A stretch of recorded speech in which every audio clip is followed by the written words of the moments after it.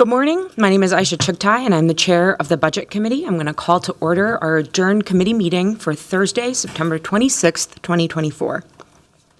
Before we begin the meeting, I want to offer a friendly reminder to all council members, staff presenters, and the public that these meetings are broadcast live to enable greater public participation.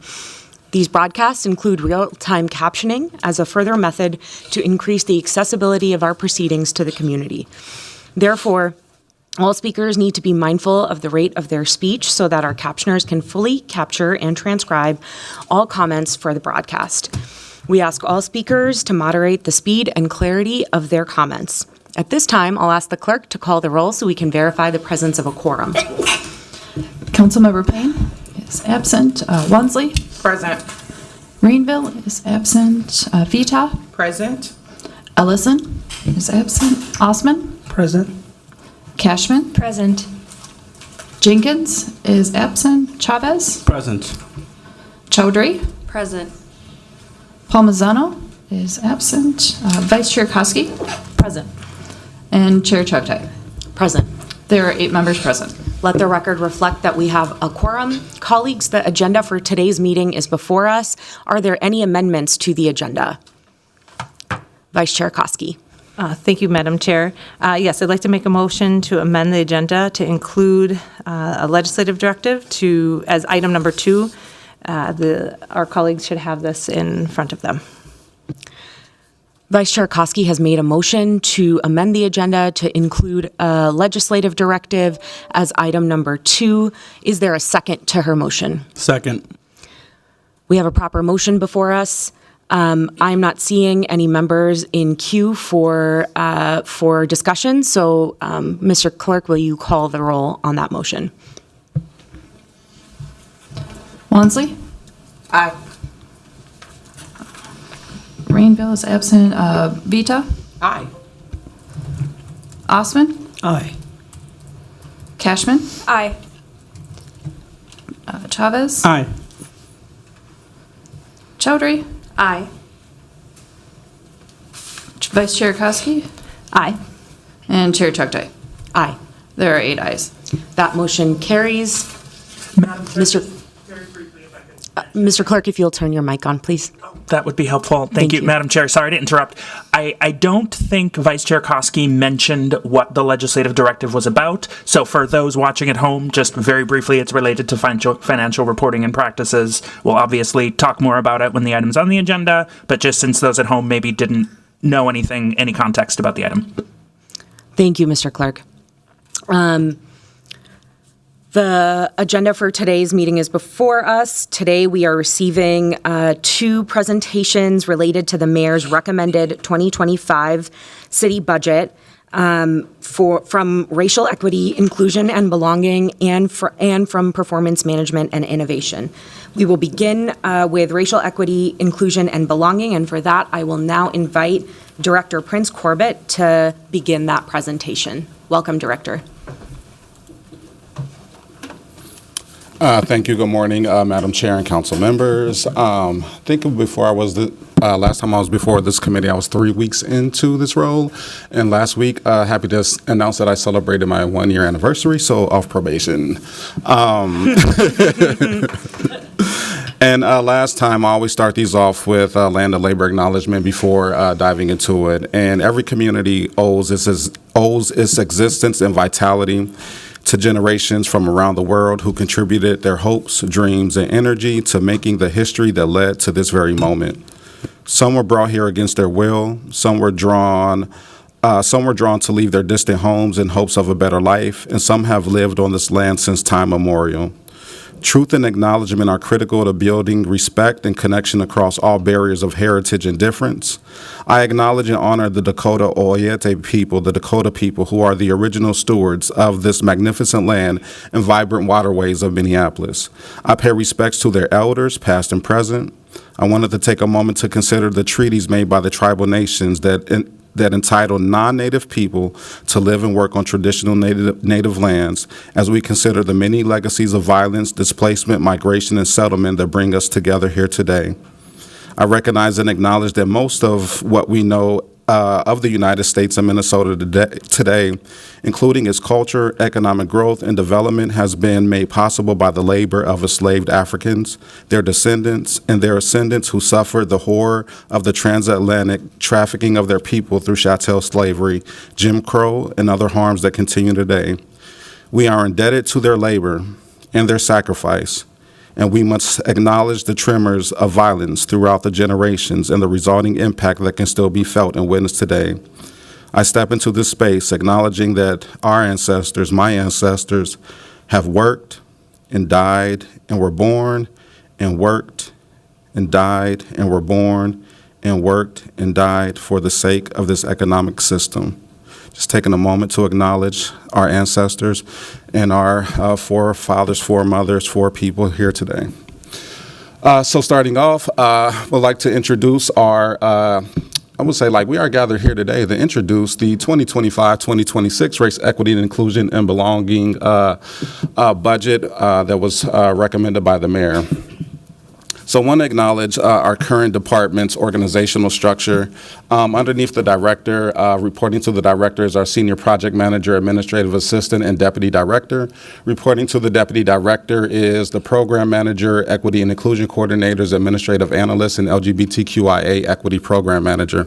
And I'm going to give special acknowledgments to my team because none of this work over the past year, over the past few years, could not have been done without Deputy Director Jackson, Charisma Smith, who's our program manager, Sunu Shastu, who's our senior project manager overseeing human trafficking and labor trafficking rights and prevention, as well as Maud Livingston, our admin assistant, and then Tony Frazier, who is our administrative analyst.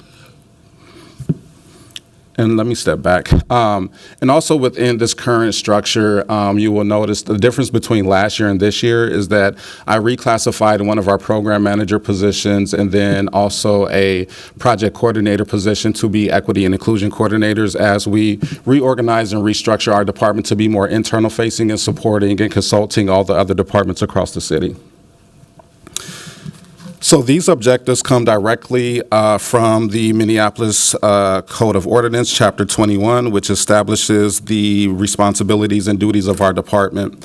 And key and focal to what our objectives are is to really develop, adapt, and integrate an enterprise-wide race equity framework and really coordinating and supporting efforts by all departments to increase race equity. And our department sits in internal services because we are responsible for working with and through all the other departments across the organization. This work is not done alone by 9 people in an organization of over 4,000 employees, and it takes all 4,000 employees' support to be able to move the work and move race equity forward as we look at addressing racial disparities and inequities.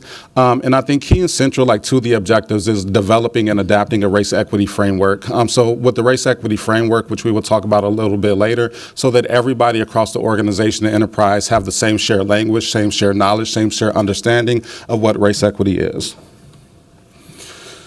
So in 2024, we've made some management decisions with regards to our 2024 budget.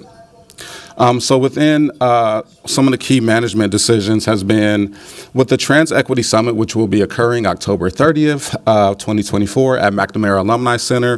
The Trans Equity Summit is only budgeted at $15,000 a year, but the actual cost to produce the whole summit is over $100,000. And we utilize some of our existing funding to be able to cover the actual cost due to the constraints of the gift solicitation policy. So in previous years with the summit, additional funding was provided to the summit through soliciting gifts, and there's a process that we have in place to solicit gifts for an event. However, who we can solicit gifts from goes from this big thing to a very narrow, because we cannot solicit gifts from any current vendors, any individuals who've had contracts in the past 12 months, as well as anybody anticipated of getting a contract within the next 3 months. So with all of the contracts that we do throughout the city, getting to this and finding that would be very difficult. So I decided to take some of our funding and be able to fund the summit so that we don't have to worry about the extra administrative tasks that it would be to go through potential individuals that we want to solicit gifts from, checking our systems to see if they meet all of these constraints. In addition, the racial equity training. The racial equity training is budgeted at about $30,000 a year to provide an anti-racism or race equity training for the entire city of Minneapolis. Earlier this year, or actually it started at the end of 2023, all department directors and their direct reports went through Metamorphosis, which is a 6-month anti-racist leadership training program or learning program. We just recently contracted with Good Works, leveraging the master contract that they have, so that we can work on developing a repair harm model training, a thoughtful confrontation model training, as well as a training for the race equity impact assessment that will be available for all employees. The full cost of this contract to be able to deliver all of this work, which would include online training, it includes a trainer-trainer model, is about $115,000. So taking some of our salary savings and other fundings to be able to cover the cost for that this year. And as I said earlier this year, we classified our program manager and project coordinator to be equity and inclusion coordinators. Some achievements and risks for this year.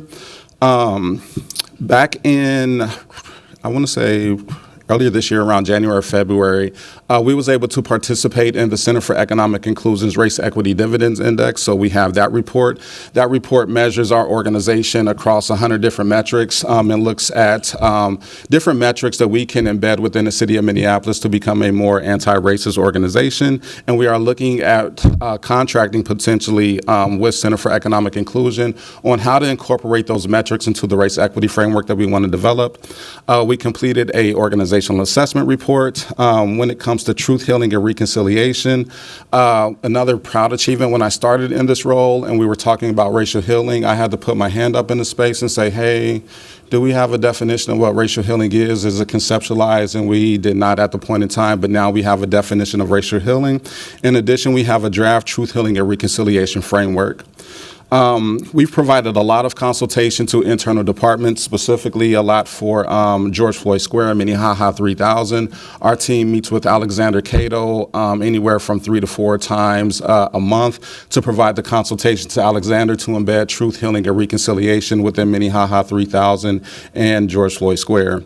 One of the things that came from the George Floyd Square engagement is this office hours group, which is a partnership with Cultural Wellness Center and Agape Movement. And with the office hours group, it was a group of community members, really diverse community members who live around the square, to provide additional information around the projects connected to the People's Way, the memorials, and the street redesign. And those individuals who show up at the office hours group have a lot more information, but they also share that information with their neighbors so that their neighbors are informed. So really leveraging community, sharing information with community so that they can share the information out. I would say some of the other achievements that we have had is collaborations and partnerships with other organizations that I'm going to talk about. And I would say my most proudest achievement or accomplishment has just been getting to know the leaders within this organization, the employees within the organization, and that our leaders and our employees are definitely wanting us to reverse the harms caused by racism. And it's evident in so many meetings that I have with individuals.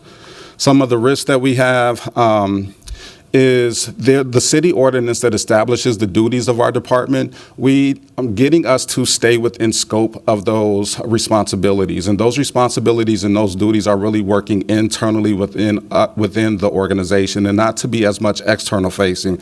Understanding last year and this year there were a lot of external facing programs or projects that we have, and executing on those, but restructuring our department to be more of the internal facing to provide the consultation that departments need.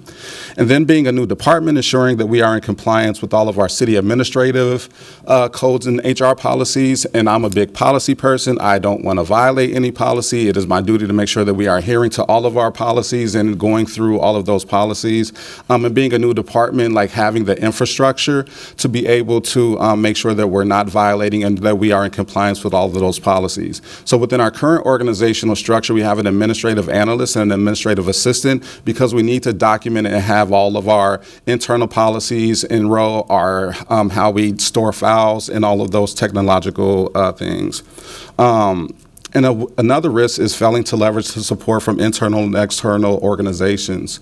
Over this past year, there's been a lot of support from a lot of different departments and a lot of external organizations as well. And not leveraging those relationships and those partnerships can be a risk for us. Some of the lessons learned, I would say in late 2023, we had over 90 of our senior and executive leaders who went through the Metamorphosis Anti-Racist Leadership Program. And I quickly learned that many of our leaders are really hungry to lean into being a organization that undoes the harms of racism. And earlier this year, we contracted with Research in Action, a Black, queer, female-led, multiracial, gender-diverse social benefit corporation, to conduct an organizational assessment report for REIB.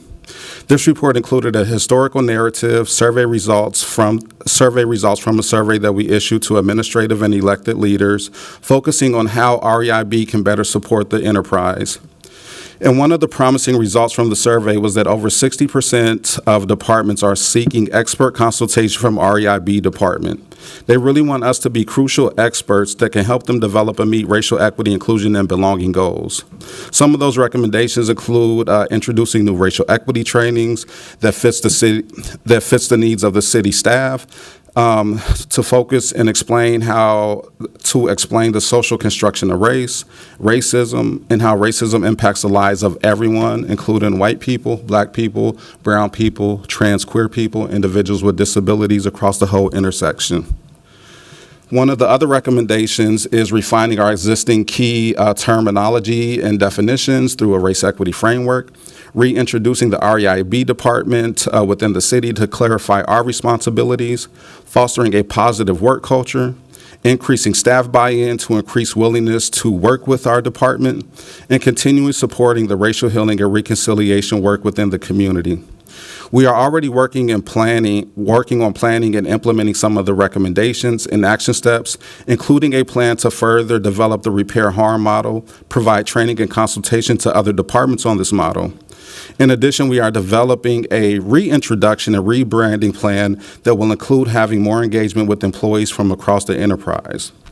One of the things that I wanted to highlight from this year when talking about reintroducing and rebranding, if you notice in the slide presentation, there's a watermarked fist in the upper right-hand corner. We was able to partner and contract with Juxtaposition Arts earlier this year in creating a unique icon brand for REIB, and this is that icon. The fist representing solidarity, representing unity, represent the fighting for social justice, not only in this country, but all over the world. And I give much credit to Deputy Director Jackson, who went on an environmental justice tour with the health department back in March, and Juxtaposition Arts was one of the organizations that they stopped at. And she was very impressed with the artwork and the young people. So we was able, this summer, our whole team went over to Juxtaposition Arts for a tour, and we just got this logo. So I am happy and proud of that. And want to have some acknowledgments as well, because none of this work that we have done is done in a silo bubble within REIB. And these are some of the people within the organization that have supported us. Amy Shute, our Assistant City Attorney, Sarah Riskin, Rebecca Fadumi out of the Mayor's Office. And if you notice on the bottom right, Smartsheet. So one of the things that we are working on is how do we do better project management, track our, how do we leverage Smartsheet more? And M, who's a client development manager at Smartsheet, who works out of Seattle, we have been having training sessions with M. And M shared with me this week during a training session that we had, that M was like, listen, I love the work that you all are doing. They was like, if I wasn't doing this work, I would want to be doing race equity, diversity, inclusion work. And M shared that within that, the way that they get the opportunity to do the work is by helping our department figure out how do we leverage Smartsheet in a more effective manner as we do our work. Another external partner not listed on here that I want to give acknowledgement to is the Government Alliance on Race and Equity, GARE. Earlier this year, Marcia Guthrie stepped into the role of Senior Director of GARE, and this year alone, REIB supported Alexander Cato in getting the 2024 Transportation Justice Fellowship that was offered through GARE. And this information just hit my mailbox on Tuesday. So recently, GARE put out applications for jurisdictions to apply for the Jurisdiction Evaluation Learning Exchange, which is a unique transformative learning opportunity for jurisdictions to gain tangible evaluation skills while supporting their current organizational racial equity efforts. This includes up to 55 hours of learning and technical assistance from October 24 through October 2025. I applied for this on behalf of the City of Minneapolis in partnership with PMI, and this past Tuesday, I learned that the City of Minneapolis was one of 24 jurisdictions across the country that was selected to participate in this learning exchange. This will provide REIB and PMI with technical assistance and learning to help increase our organizational capacity for evaluating racial equity work and building capacity within this organization throughout the City of Minneapolis as we leverage evaluative thinking and systems change efforts. And want to give a special thank you to Director Hasbargen, because when I contacted her about applying for the opportunity, she said, absolutely no problem, go ahead and go for it. And so this shows our program and staffing summary. Currently in REIB, we have 3 vacancies. We have an internal posting out for 2 of those vacancies. And we chose to do an internal posting because doing internal postings and sharing with our employees inside of the organization that we have opportunities that are available says that we care about our employees who are already here doing the work. Some employees in this organization may be underemployed. Some employees may have the skills to be able to do the equity and inclusion work, but haven't had the opportunity. So we wanted to be intentional with making sure that we're giving an opportunity internal to our own employees first. The final posting that we have, we will be sharing out around November or December and hope to have filled probably in January or February. And that's where we are at with our current vacancies. So sharing some program updates, objectives around, and then some of our newer budget proposals. So with the anti-racism, truth, healing, and reconciliation curriculum, as stated, this program is budgeted at $40,000 a year, and the actual cost is roughly about $135,000 to develop a anti-racism, truth, healing, and reconciliation curriculum.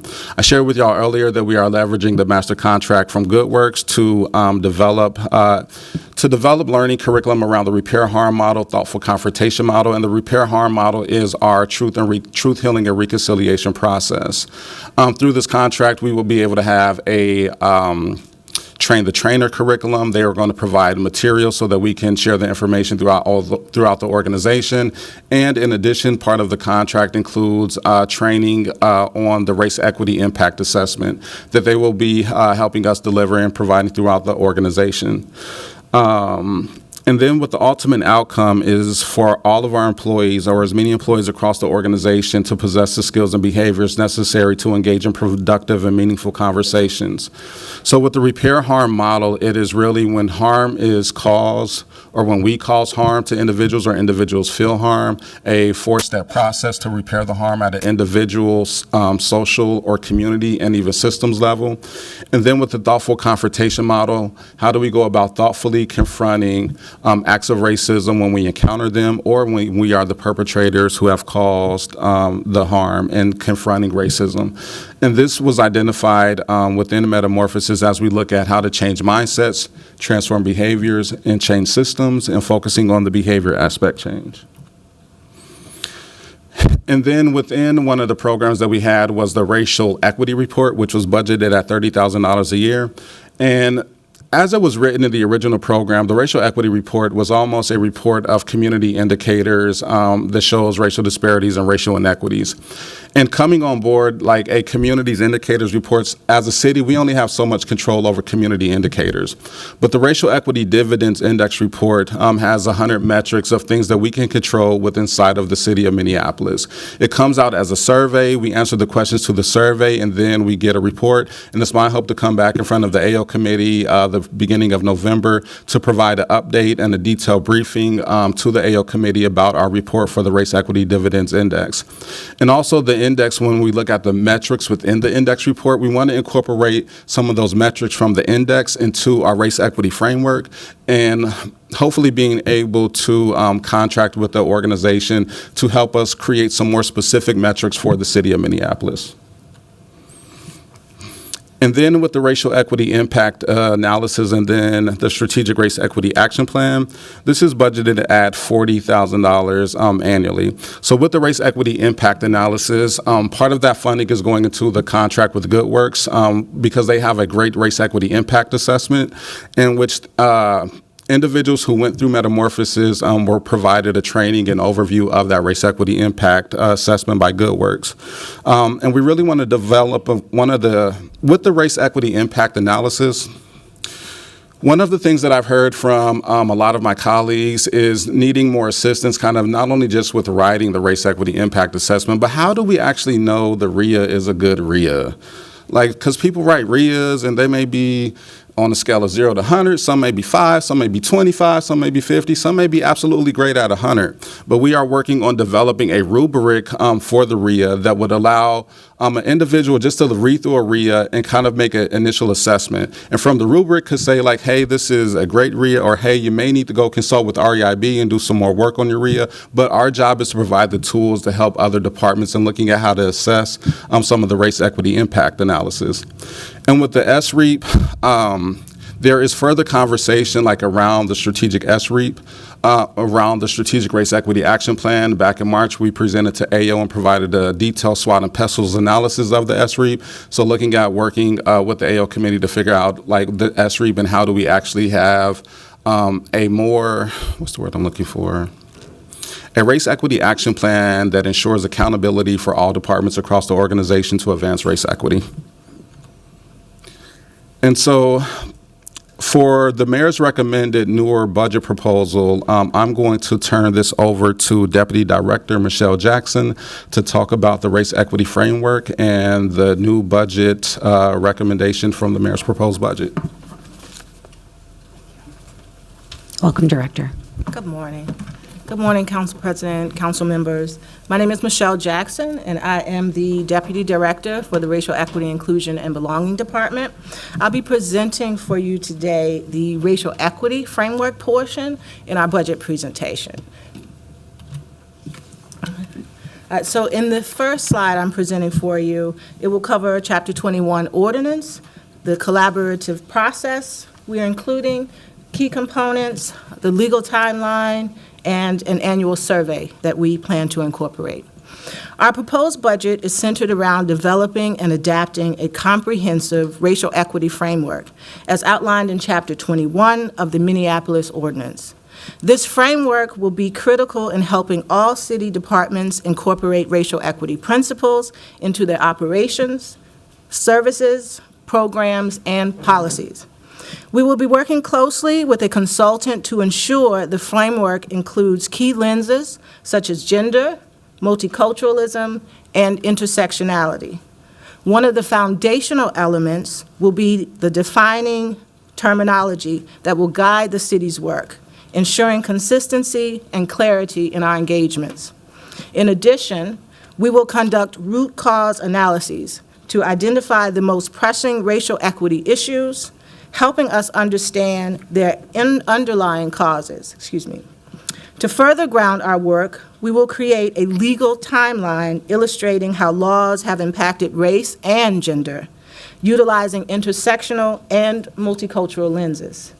Lastly, we will design an annual staff survey to measure attitudes and understandings of the framework across the city.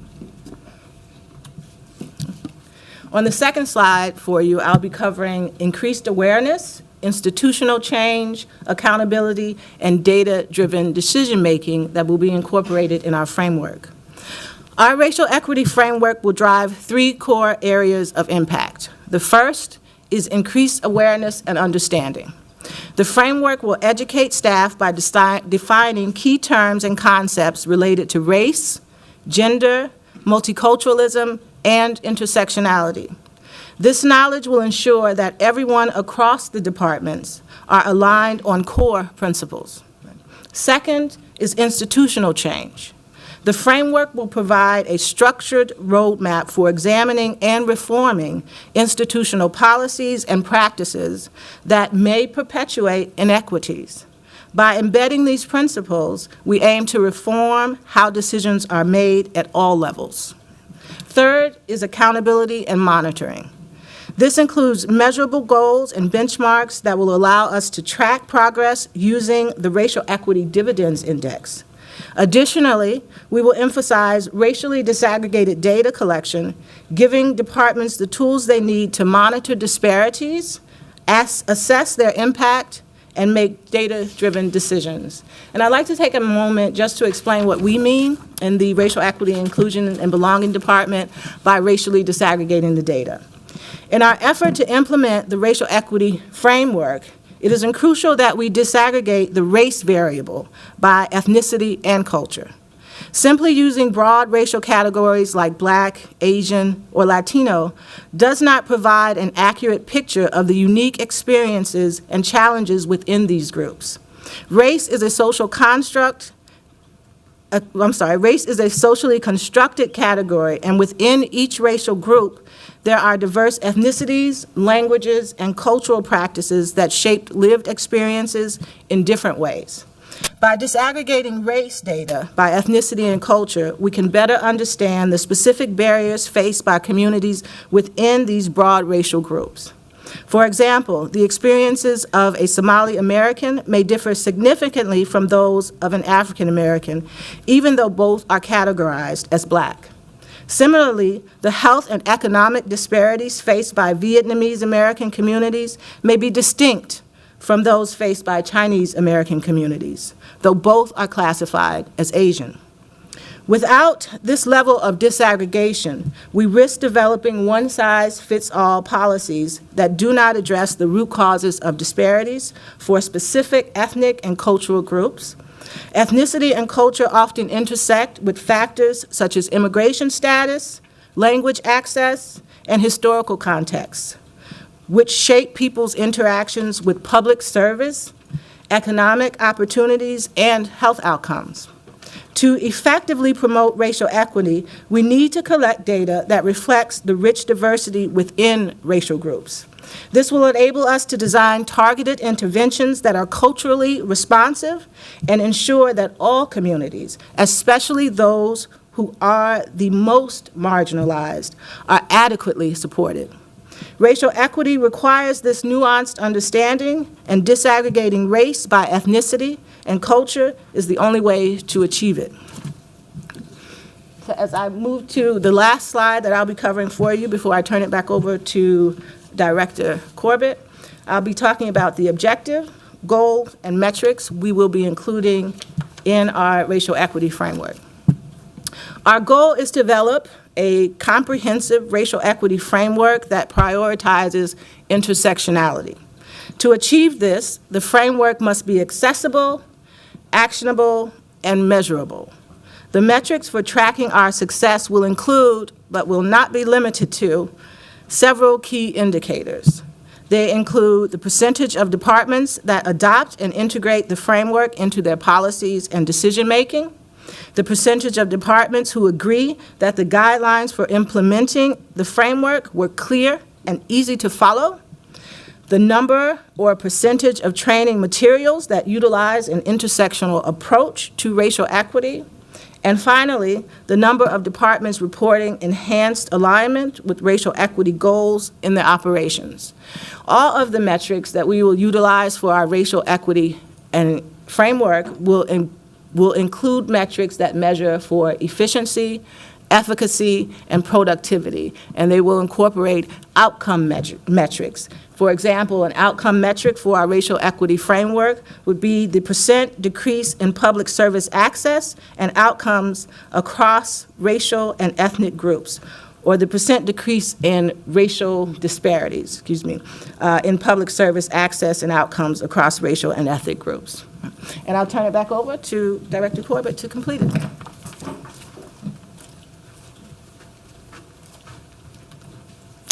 Thank you so much, Deputy Director Jackson. And with that, that concludes our 2025-26 Mayor's recommended budget for REIB, and we stand for questions.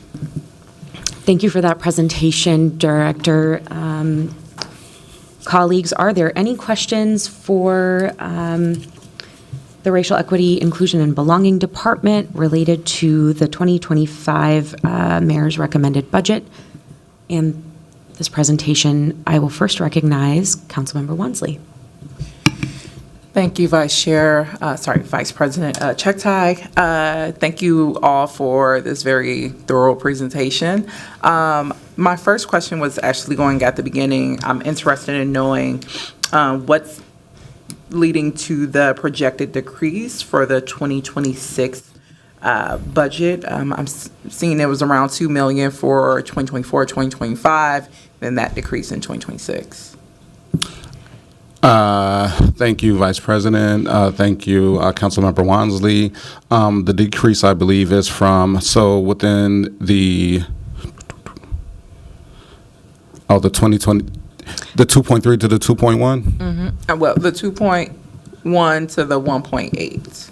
Oh, okay, I got it. So in the 2025, it's the 385,000 is for the race equity framework is built into the 2025 budget, and it's not into 2026. Gotcha. Okay. And then going to the most recent slide, slide 16, I'm really interested in how that last bullet point of I get you all are turning more inward in your interfacing with departments, but will there be any metrics that also gather either quantitatively or qualitatively the public's interactions with these departments as well, especially those that do have more outward engagement? Because I think that there's often a disconnect sometimes with what staff is perceiving to be as enhancement and then what we then hear from our constituents. Yes, thank you, Councilmember Wansley. Like with the race equity framework and looking at metrics, it's helping other departments as well develop their metrics, recognizing that some of our departments are more internal facing and some are more external facing. So being able to consult with those departments who are more external facing about how do they capture those metrics within their department. Does that make sense? No, so I get that part. Okay. It's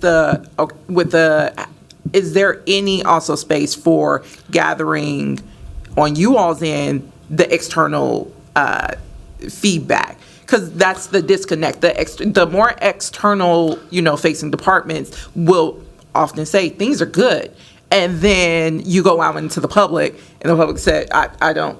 That's not our experience." So I'm trying to reconcile that gap. Got it. No, it makes sense. So if I understand correctly, like looking at, some departments may report on the project of saying the community and public is saying this, but when we look at the data, and especially looking at it, if we go into more diverse communities, there may be something else that is being said, and can our department look at capturing that data? I would say like within the metrics, like right now with our department, like in capacity, no, but looking at how do we ensure accountability that those departments and those projects are actually going intentionally into community. And part of what I would like to do in some of those situations, we also have to come back and do an annual report out and within an annual report and being able to capture those. So we're looking at not for our department how to do it, how to work with other departments, but I think the missing link is how to ensure accountability because I'm seeing it in some spaces as well. And then I see Deputy. Yeah. I just want to add a little bit. So the metric, and these are only some of the metrics that we can include in the presentation. We have a plethora of metrics. These focus on the first year.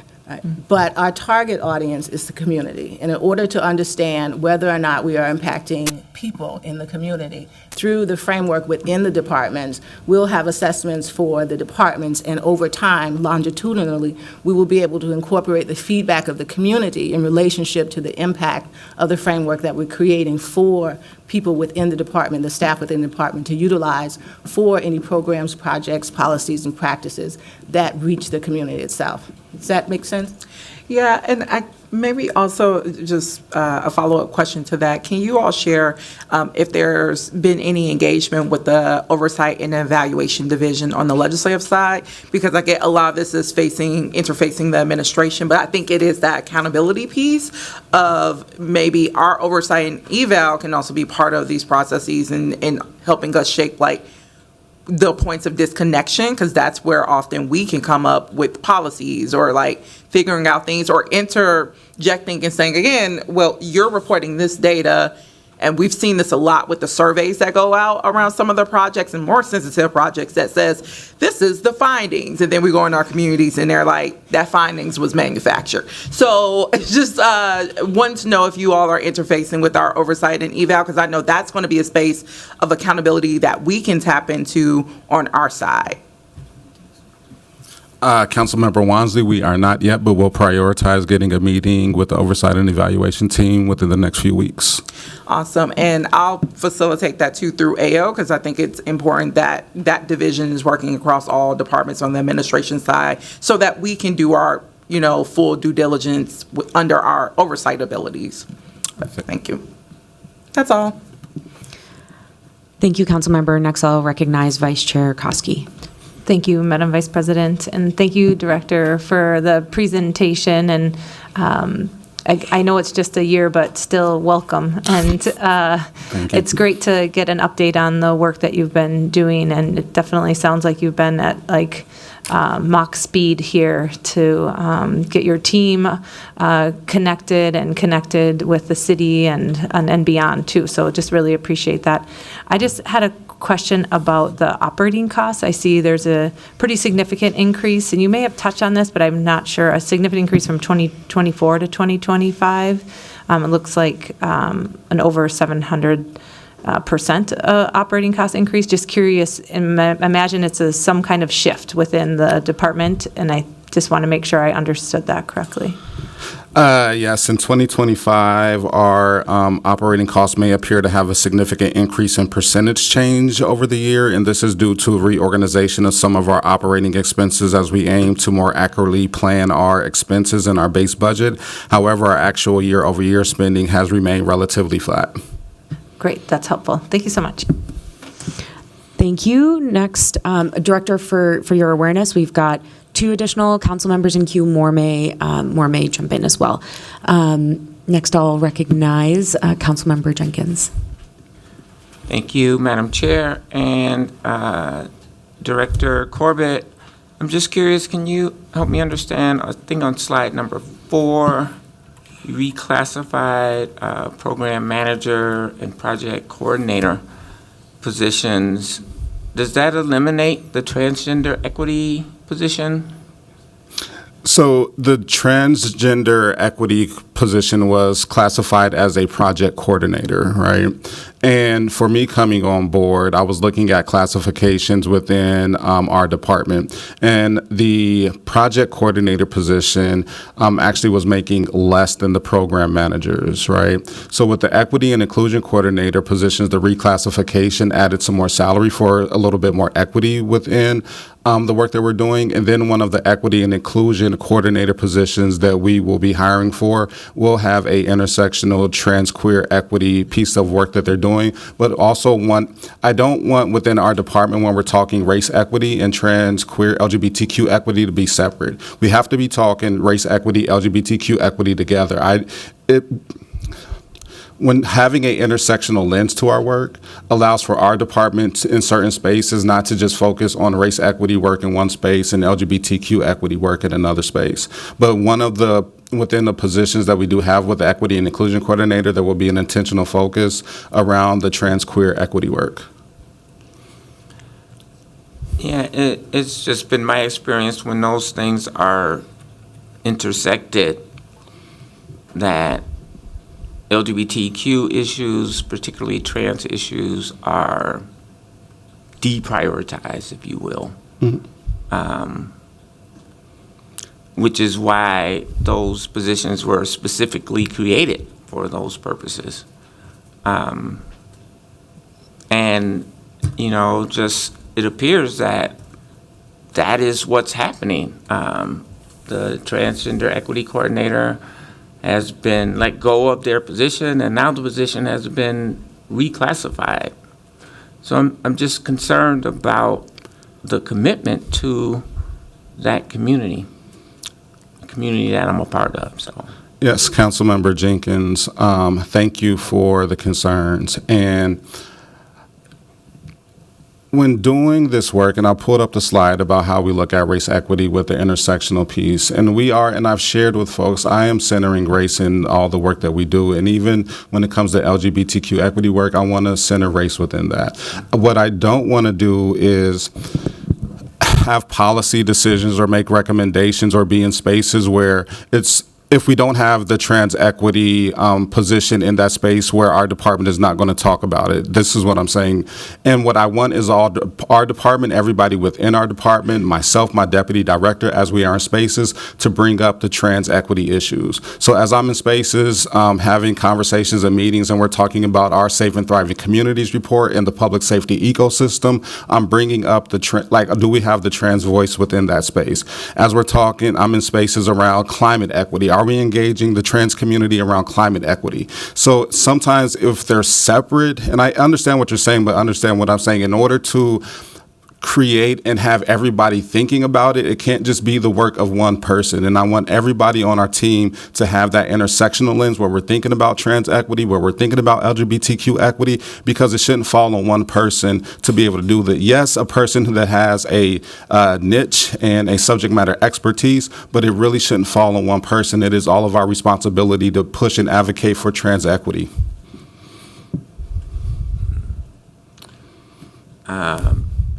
I couldn't agree with that statement more. However, that's not my experience. That is the reality, even within this department. But we'll see. Thank you. Thank you, Councilmember. Next, I'll recognize Councilmember Palmisano. Thank you, Madam Chair. Thank you, Director Corbett, for your presentation, and thank you for taking on this important work that continues to struggle. Our city continues to struggle with racial equity. I want to recognize our history and also the difficult job that you have. So thank you for sticking with us, and congratulations on your 1-year anniversary that just happened. Could you go back to slide 11? Yeah, so you spoke briefly about the Racial Equity Dividends Index report.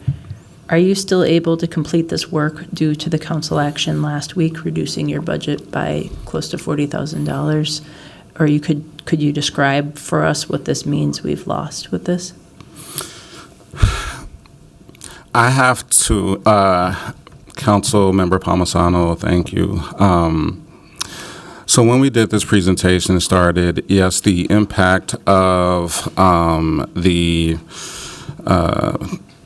budgeting decision of our budget impacts, this will be the one program that it does impact.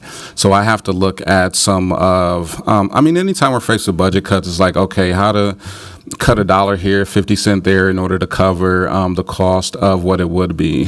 So that's what I'm currently looking at, is like some of our projects and going into our detailed budget of like, okay, how can we save 1,000 here, 500 there in order to cover the cost of the consultation that is needed. So with this index reports, like the full report that they developed is for government jurisdictions. And what we want to do the consultation on is working with the Center for Economic Inclusion on developing metrics that are more specific to the city of Minneapolis from this report that can go into the race equity framework. Thank you. I'm curious also, do you feel you have the resources and funding to complete the vital truth and reconciliation work? I know this is maybe more of a philosophical thought than anything, but when I look at like slide 3, the objectives of your department, your focus really is more internal, right, on processes and systems for the enterprise that guide departments in incorporating these principles. I feel like overall this department's work is more internal than external. And then I think you said it again on slide 6. So with this truth and reconciliation work that I'm not sure you have the resources needed to be successful in, we all agree that this kind of robust truth and reconciliation process is is necessary and still needed. But I just sometimes worry if we've tasked the correct department with it, because it's external facing work and it seems like it will require some heavy partnerships with like NCR and other groups to actually get this out. So I apologize if I'm off base. I'm just truly something I've been thinking about on a larger scale. And just yesterday, Council President Payne and you and I had a discussion about how it fits within the proposal for reuse of the old 3rd Precinct building. So I'm just curious what you think about the resources right now for Truth and Reconciliation. Councilmember Palmisano, thank you for the question. With the Truth and Reconciliation, so within Metamorphosis, we learned about 12 anti-racist behaviors, and part of Metamorphosis is addressing behavior change. One of the quadrants of the anti-racist behaviors is accountability and reparations. It's a quadrant of 4 behaviors, and one of those behaviors specifically is seizing every opportunity to repair harm. And when I went through, at my previous organization, we had set up healing circles in the community, and I was just curious, like, how does a wound heal? Because if we're talking about healing, when we get cut, how does a wound heal? And the first thing our body does is does its own internal process of getting, whenever we get cut, a process of getting all of those extremities, little dirt debris or whatever, out of its own body before the scab forms. For me, that was a revelation that when we're talking about healing, if we're not talking about healing within inside of our own organization, it's difficult to talk about healing within the community. When we talk about healing, the process that our own bodies do naturally to heal, it's dealing first internally. Right, and understanding that, like with a lot of the Truth and Reconciliation, as it's been presented, has been external, and yes, there is a need, and the 4-step process. And I think sometimes, like with the Truth and Reconciliation process that we have developed, a 4-step process may seem like really simple to people, but it can take years to go through that process. And the first step, and I have it in front of me, is truth telling. And truth telling is getting 2 people or 2 different opinions to be able to sit down and be able to tell their truths and has each other accept the truth. And that process can take years depending upon how big the community issue is. And I would say with regards to, we're working on a Truth and Reconciliation framework and how to be able to share that framework internally within the organization. And for right now, I pulled up our org chart because I wanted to highlight one thing about our program manager. So in doing some reorganization and restructuring, I'm having our program manager, one of their responsibilities is really focusing on the truth, healing, and reconciliation. And for right now, because we have that we've been doing it within our department and have a lot that we've been invested over the past year, I still want to find a way to keep that, at least the external piece of Truth and Reconciliation with our department, but also how do we take this model, there's also case studies, like how do we know this thing actually works, which can be like some years, but then actually having the case study to be able to show like, okay, this is the process and this is how it works. And I've utilized this process one-on-one with employees. I've showed other leaders within the mayor's administration how to utilize this process where it's been utilized in a smaller group setting. So it's internally, how do we get to understanding this process and then being able to share externally while at the same time working with our community so that they understand the process as well. Thank you. That's a great description. I like your description about how a wound heals and how that applies. I know that we're a little bit beyond our budget part of the conversation, but given this is a fairly new department and they're tasked with such large work, I appreciate the time to get your take on that. Thank you, Madam Chair. Thank you, Council Member. Next, I'll recognize Council Member Chavez. Thank you, Chair Chuck Tay. I'm not sure why the conversation about 30K impact is being brought up when there was a reported surplus in your budget. I'm not sure why the mayor would decide to cut that potentially from your budget. Now, I do have a question. Can you answer Councilmember Jenkins's question? Is the mayor proposing cutting the trans equity coordinator from the budget? The mayor did not, Councilmember Chavez, the mayor did not propose to cut the trans equity coordinator or reclassify the position to provide more equity. Is the position not going to exist anymore? It's an equity and inclusion Councilmember Chavez, it's an equity and inclusion coordinator. And one of the equity and inclusion coordinators with the position description is written is a focus on LGBTQ equity work. The position of trans equity coordinator is no longer going to exist. My apologies. I'm just trying to understand what's happening here. Is the position of trans equity coordinator going to exist under the mayor's proposal? Councilmember Chavez, there never was a specific classification for a trans equity coordinator. It was classified as the classification is a project coordinator that had a LGBTQ or trans equity focus. So we reclassified it from a project coordinator to an equity and inclusion coordinator that has a LGBTQ trans equity focus. Okay. That sounds confusing. I have concerns about this potential move. I'm not sure why there wasn't a request to add additional funding for a position as a broad position for LGBTQIA and equity support. We're at a time in this country where trans rights are under attack. As a member of the LGBTQIA community, I myself know the privilege I have within that community. And I know from many residents who are on Lake Street and feel unsafe because they're trans. I've had many conversations with folks in the trans community about how they want to feel better supported in the city, and I have concerns about what is happening here, especially when folks are being let go from the department, and there is concerns in the Office of Public Service, not just their department, about LGBTQ rights and trans rights in our city, and there's allegations in general, and then seeing that this position isn't going to exist and it's going to be more broad overview, I'm nervous that we're going to deprioritize trans people in our LGBTQ and equity work. So I would like to set up a meeting with your office and figure out what this actually means and the impact that it's going to have in our services. Thank you, Councilmember Chavez. Thank you, Councilmember. I included myself in queue. Just wanted to address the comments and questions made by Councilmember Jenkins, along with just now Councilmember Chavez.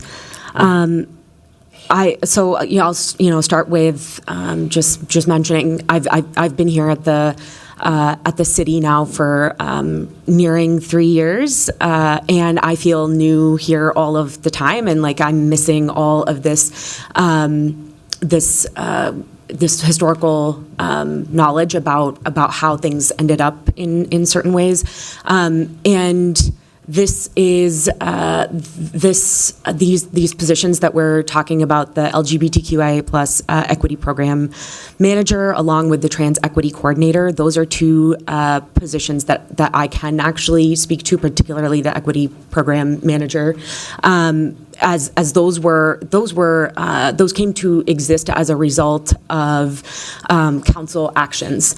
Councilmember Jenkins, myself, and several others, I can't remember the full list of people, authored through our budget process, our annual budget process, the addition of the positions that we're talking about here, and that those moves didn't come out of anywhere, right? No one has as much knowledge about the history of how race and the equity work came to exist at the city as the Race and Equity Division than Councilmember Jenkins does. And then the work on the Trans Equity Council, the appointed board and commission that is specific to engaging with our trans community here in Minneapolis. No one has more historical context on that than Councilmember Jenkins does. But I will share with you, though, that these positions came with a really specific legislative intent. They also came with the intention of growing a body of work within this department over time. And that vision didn't come out of nowhere. It actually came from deep collaboration and engagement with the Trans Equity Council, which is appointed for the specific purpose of providing the city's policymakers with recommendations on how we better prioritize this community. So there was a lot of work that went into exactly why these positions were created, with a longer term vision of expansion of this body of work, as I mentioned. And when we appropriate money and we have really narrow legislative intent attached to that, and then come to find out a year later or 2 years later that body of work is just not going to be prioritized in the same way, much less align with the vision of where we were trying to go, that's why you're seeing this reaction from this body. And so I wanted to provide that context for you, and also name that this is frustrating for really unique reasons here. And I hope that you'll take that feedback and perhaps change course here. I'll also mention, in responding to Councilmember Chavez's question, you mentioned that it's this equity and inclusion coordinator is going to be a position that does equity work with a specific focus on the LGBTQIA plus community. That feels contradictory to me to what you mentioned in response to Councilmember Jenkins's question, which was, I want all of these positions to have the primary focus of racial equity and be intersectional in all of the different marginalized communities. So is there a primary focus on LGBTQIA work, equity work, or not? And I don't feel like I'm really clear on that. So I don't know if you want to address that. And then I see Councilmember Jenkins is back in queue with a further question or comment. So was there, Council Vice President Chuck, was there a question or just a comment? The specific question is can you help me understand that the information that feels contradictory but perhaps isn't, and maybe I misunderstood. You told Councilmember Jenkins that you wanted this position and the department itself to have an intersectional lens across all markers of marginalization, with the primary focus of racial equity work, and that applies to this position, the reclassification. And then you told Councilmember Jenkins that this position will continue to have a focus on LGBTQIA plus specific work. Is that the primary focus of this position as a result of reclassification or not? The primary focus of one of the equity inclusion coordinators positions is to have an intentional focus on LGBTQIA plus trans equity work. I can resend out the position description when we had it posted last time, and I would also invite Deputy Director Jackson up to share when we're talking about the race equity with the intersectional, what exactly do we mean? So I won't speak specifically to the position, but I'll speak to the goals of the department. And so one of the focuses I have and I bring into this work is, and I'll use the context of LGBTQIA plus or trans equity in relationship to racial equity. So we will be doing this work in our department. There will be a specific primary focus on doing trans equity work and LGBTQIA plus work. While we are doing that work, we will also do that from a racial equity lens. And then when this focus is specific on a particularly marginalized racial group, when we are doing that work and focus on racial equity, we'll be doing that with an LGBTQI plus or trans equity lens. And so intersectionality becomes a major component of all the work we do, which is why we are working to develop a framework that makes sure that in all of those components, whether or not we have a program or an activity that focus specifically on the trans community or the LGBTQIA plus community, we are still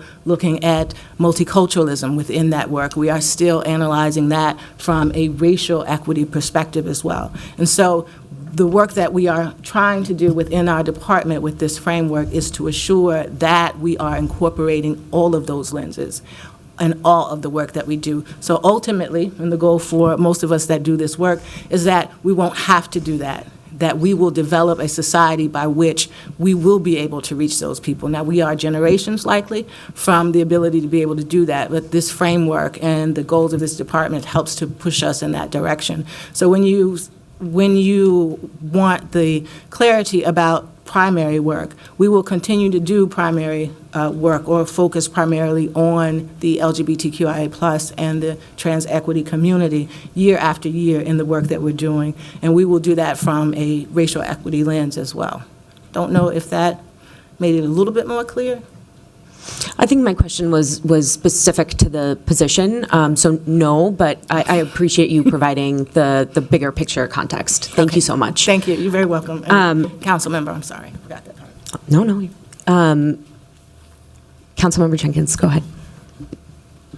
Thank you, Chair Chugtai. I'm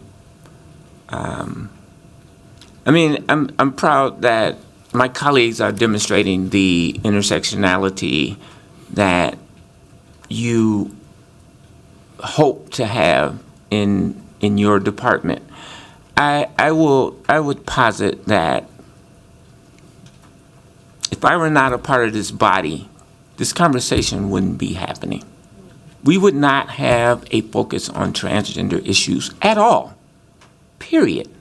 And so my point is representation matters.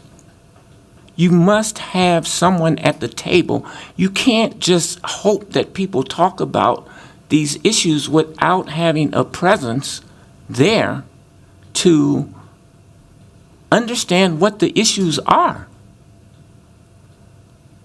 So again, I'm dismayed that it appears to me that the position that we specifically funded, entitled Transgender Equity Coordinator, is being reclassified. And I think the Vice President asked the question, can this be revisited? Councilmember Chavez asked to have a meeting, and I would like to be a part of that meeting. Councilmember Chavez, if you are acquiescent to that. I would love for us to be on their meeting together, Councilmember Jenkins. Thank you. Thank you. With that, we've reached the end of discussion and questions for you, Director. Thank you for coming in to present your recommended budget. Thank you. With that, our next presentation is from the Performance Management and Innovation Department. For that, I will now invite Director Kira Hasbargen. I apologize, our Performance Management and Innovation Director, to begin that presentation. Welcome.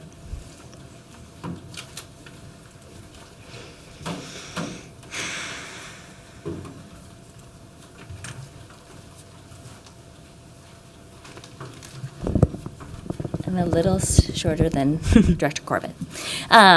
Thank you so much, Council, for having me here today. I am excited about the opportunity to present to you the Mayor's 2025-26 recommended budget and provide you with an update on performance management and innovations work. My name is Kira Hasbargen, and I am the Director of the department.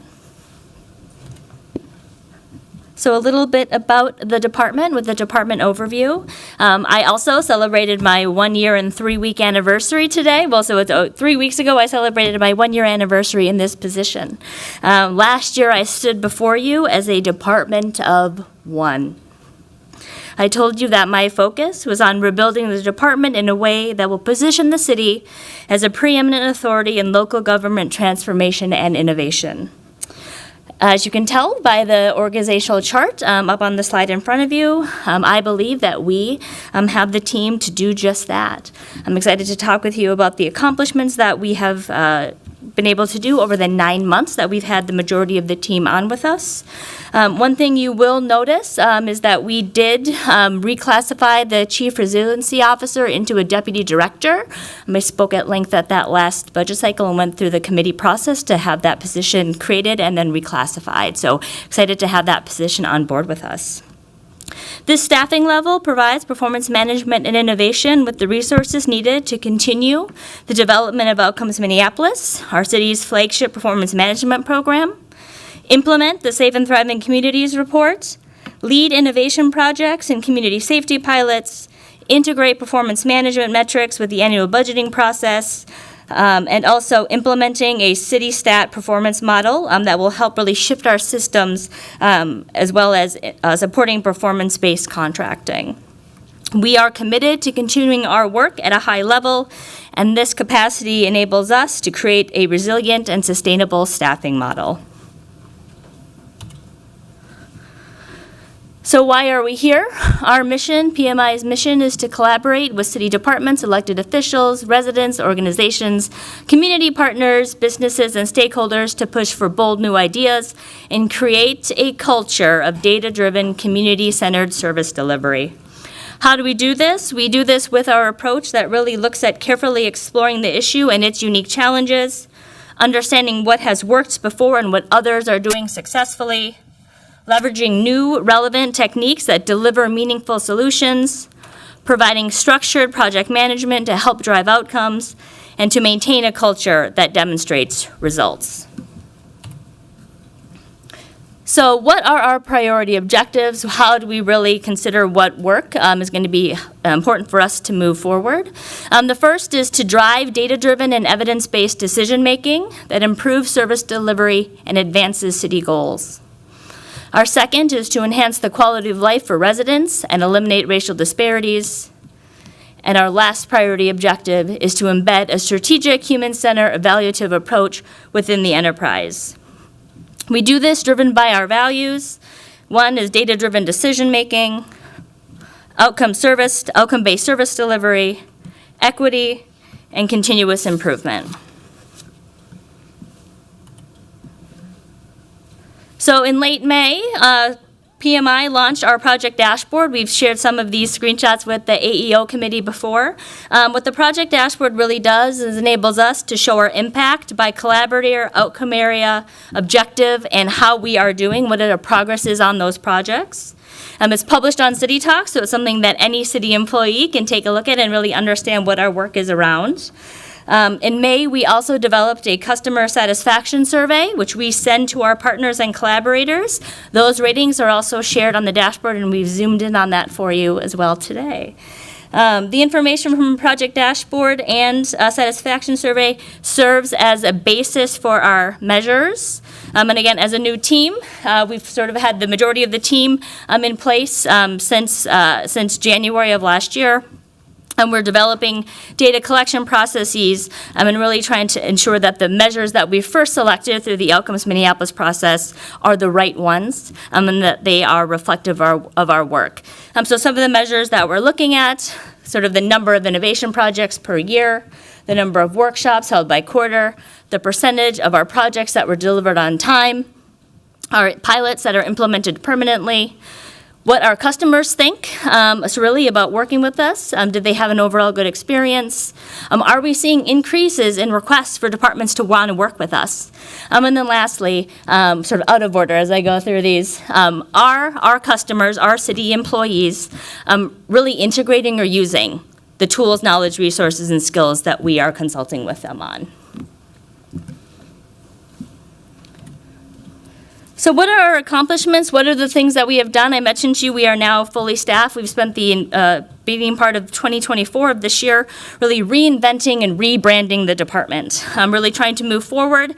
I'm setting up those structures and systems to be a high-performing, high-functioning team, and really wanting to make sure that we have that foundation set before we just start to go.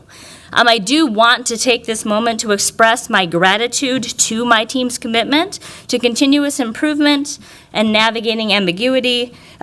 We have made a tremendous amount of progress in just these 9 months with the entire team being new, and that is really a testament to the teamwork, optimism, and growth mindset that our department moves forward with. Our work has evolved. Again, the team has stepped up to deliver high-quality, leading-edge resources. We've really focused on things like, I won't read through all these bullets for you, but have focused on things like relationship building, resource development, and other tools to really help us navigate the everyday challenges. We have really spent, again, that beginning of the year prioritizing team building and focusing on information gathering, so understanding what's come before us. We rapidly redesigned and stood up Outcomes Minneapolis, the city's flagship performance management program, a stepping stone to that larger strategy of building a data-driven culture. And we have re-engaged with community safety pilots, launched new ones, have integrated performance management with the annual budget process to help with decision-making. And my presentation later on will go into detail into some of those activities. So risks and lessons learned. Our work relies on partnerships and working alongside staff members and stakeholders to develop meaningful results. We must balance a path forward with departments' autonomy and community impact. This takes time, building those relationships. And we also realize that we are working on complex and interconnected challenges, and this is sometimes requiring a lot of really, again, understanding what's happened before us and going into iterative cycles to see what that design may look like. Innovation is characterized by uncertainty, experimentation, learning, and a lack of constraint. That process may not always line up with our current systems, capacity, resources, and how we are currently doing things. Just this week, the Bloomberg Center for Public Innovation led the team through a workshop on ideation, which will help explore issues in depth. It really encourages diverse ideas and helps to generate a wide range of concepts to better address stakeholder need. The PMI team is primed for the opportunity to demonstrate our value proposition, the dividend of performance management, and moving forward as a high-performing department. So some of the risks, listed out here again that I've talked about at a higher level. Limited capacity. The team is new, and city staff have full-time jobs. When we reach out to them about really great ideas, they're currently doing things, so it's really trying to figure out what that balance is, and how we can engage them and how the change will help them in the future. Urgency and importance. A lot of these ideas, we're not fighting or coming up against something that has an immediate deadline or that was a big thing that came out in the paper. It's about stuff that is important, right? Those big things, but might not feel as urgent. So I think it's a little more difficult to get that momentum going and to really coalesce around the importance of why we're moving forward. Funding constraints. So a lot of what we're doing, while we will be offering technical assistance to departments, when we think about pilots, programs, that all takes resources, sometimes, again, outside of the city's budgeting cycle, and also departments have, for the most part, really dog-eared how they're using their programmatic dollars. Lack of authority. We're an in-house consulting team. We rely on relationships. We don't have formal authority to ask, right, city staff to do something for us. So it's really, as we sort of look into that lessons learned, really thinking about building those relationships, focusing on change management, stepping back to talk about what is that big, hairy, audacious goal, the big change we are trying to make in our communities, to center what we're doing around that. And also focusing on the so that. Right, not just the specific activity we're asking someone to do with this, but why. Why it's important, what it's going to bring, how it's going to impact people's lives. So our program and staffing summary, salary and fringe, there is a difference. You will see there the roughly $420,000 difference in personnel expenses. From 2024 to 2025 reflects the pre-commitment reached at the end of the 2024 budget cycle to restore the 5 FTEs that were transferred out of PMI back to us, to our general fund. So what you see then in the increase in other costs, such as rent and other expenses, internal expenses, reflect that those costs are now for 9 rather than the 4 FTEs. The total amount generally of our non-personnel remain low in 2025. There was an increase to IT costs by about $20,000. Our rent increased about $10,000. Overall, though, our total budgeted non-personnel expenses have remained relatively flat and account for less than 1% of our budget. Our 2025 operating costs include a marginal increase to our standard expenses. These things, discretionary funding under those, are for things like training, office supplies, software licenses, and we're, again, incremental as we consider bringing back, consider that. The department is now fully staffed, so we will not have a surplus due to vacancies. As we move forward, we will need to identify what our needs of our growing department will be, so we can understand how we can meet those and continue things like staff training. So I'll move into program updates. So the first are our outcome areas. Some departments will speak to you of them as like program areas. We're really this year, next year we'll continue to focus around these 3 areas. Continuous improvement, reimagining community safety, and relationship building. One of the performance metrics that I mentioned to you earlier was innovation projects, and this is providing insight on sort of what we're doing, the output of what's coming out of the team as it relates specifically to projects. We do have other measures which I spoke about that will talk about sort of how well we're doing it and the impact that it's making. You can see on the far right of the screen what we've done so far with the new team in 2024, which is really exciting. We have completed, and these are external projects, so things outside of the department. We have spent a lot of time doing internal resource gathering, but these are external with other city departments or offices. So we've completed 5 projects, have 6 in process, and then have some planning that we're starting to plan that are on that back burner.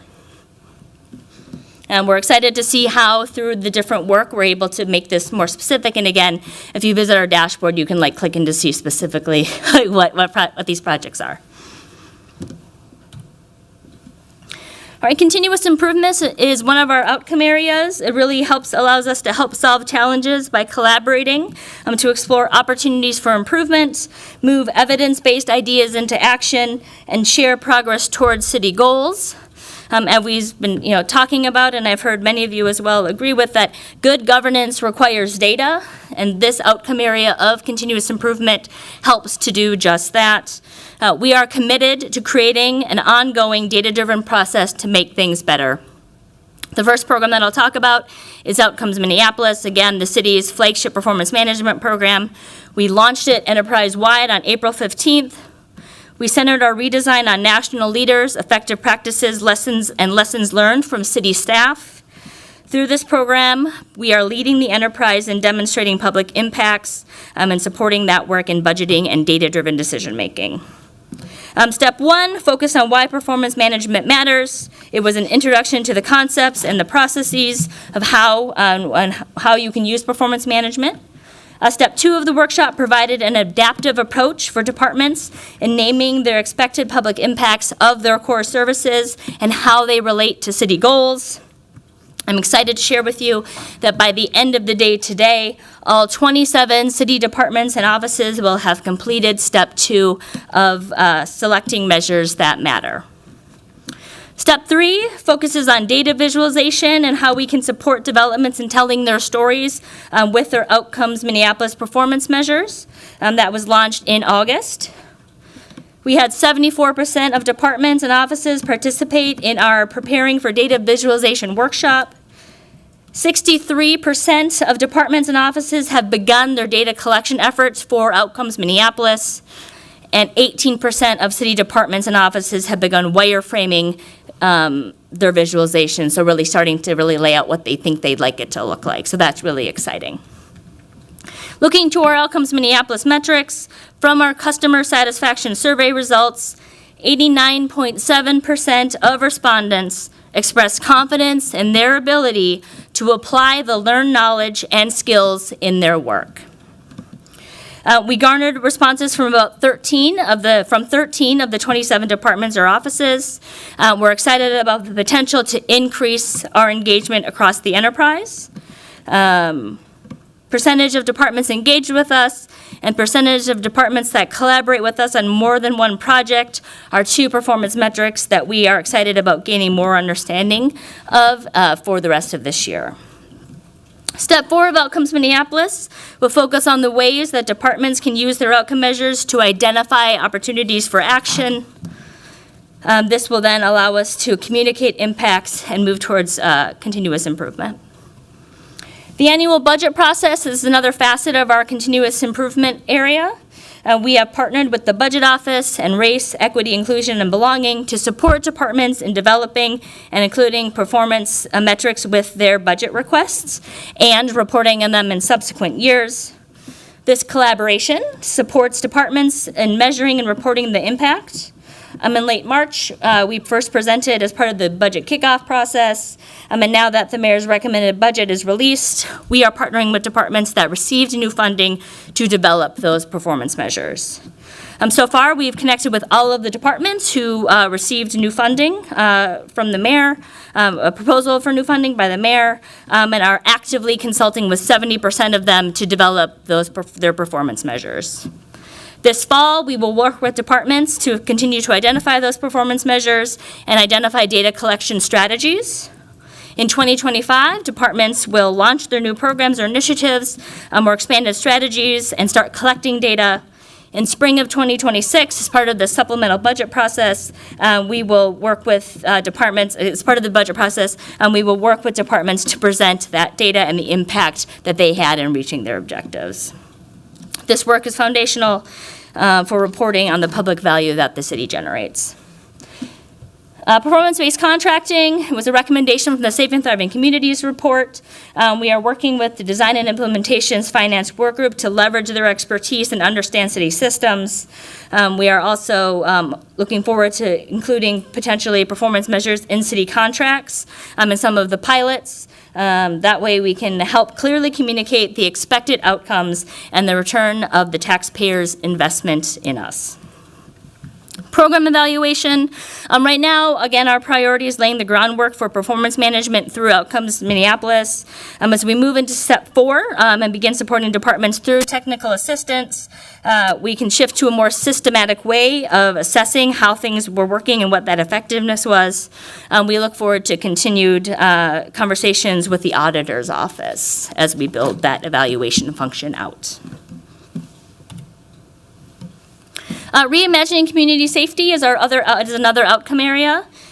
We've worked in this in 3 main areas. The first is ecosystem design. So working with departments to understand infrastructure and core service areas. And again, developing a city stat model of performance management. We are partnering to develop key progress indicators and understand the impacts of pilots and programs. Community safety pilots, we have 3 active pilots right now, and a couple that are in that information gathering and research phase. So I'm going to go over these pretty briefly. We did talk about them at an AEO presentation. So the first is embedding a social worker in 911 MECC that seeks to advance the emergency response and timely assistance to effectively support community members experiencing a mental health, substance abuse, or social service-related issue. We have had project meetings with 911 MECC and Hennepin County. Behavioral Health has made, as part of their budget process, has made the request for a social worker for that pilot. So we anticipate hearing back from them later this fall, and we'll be able to resume planning then.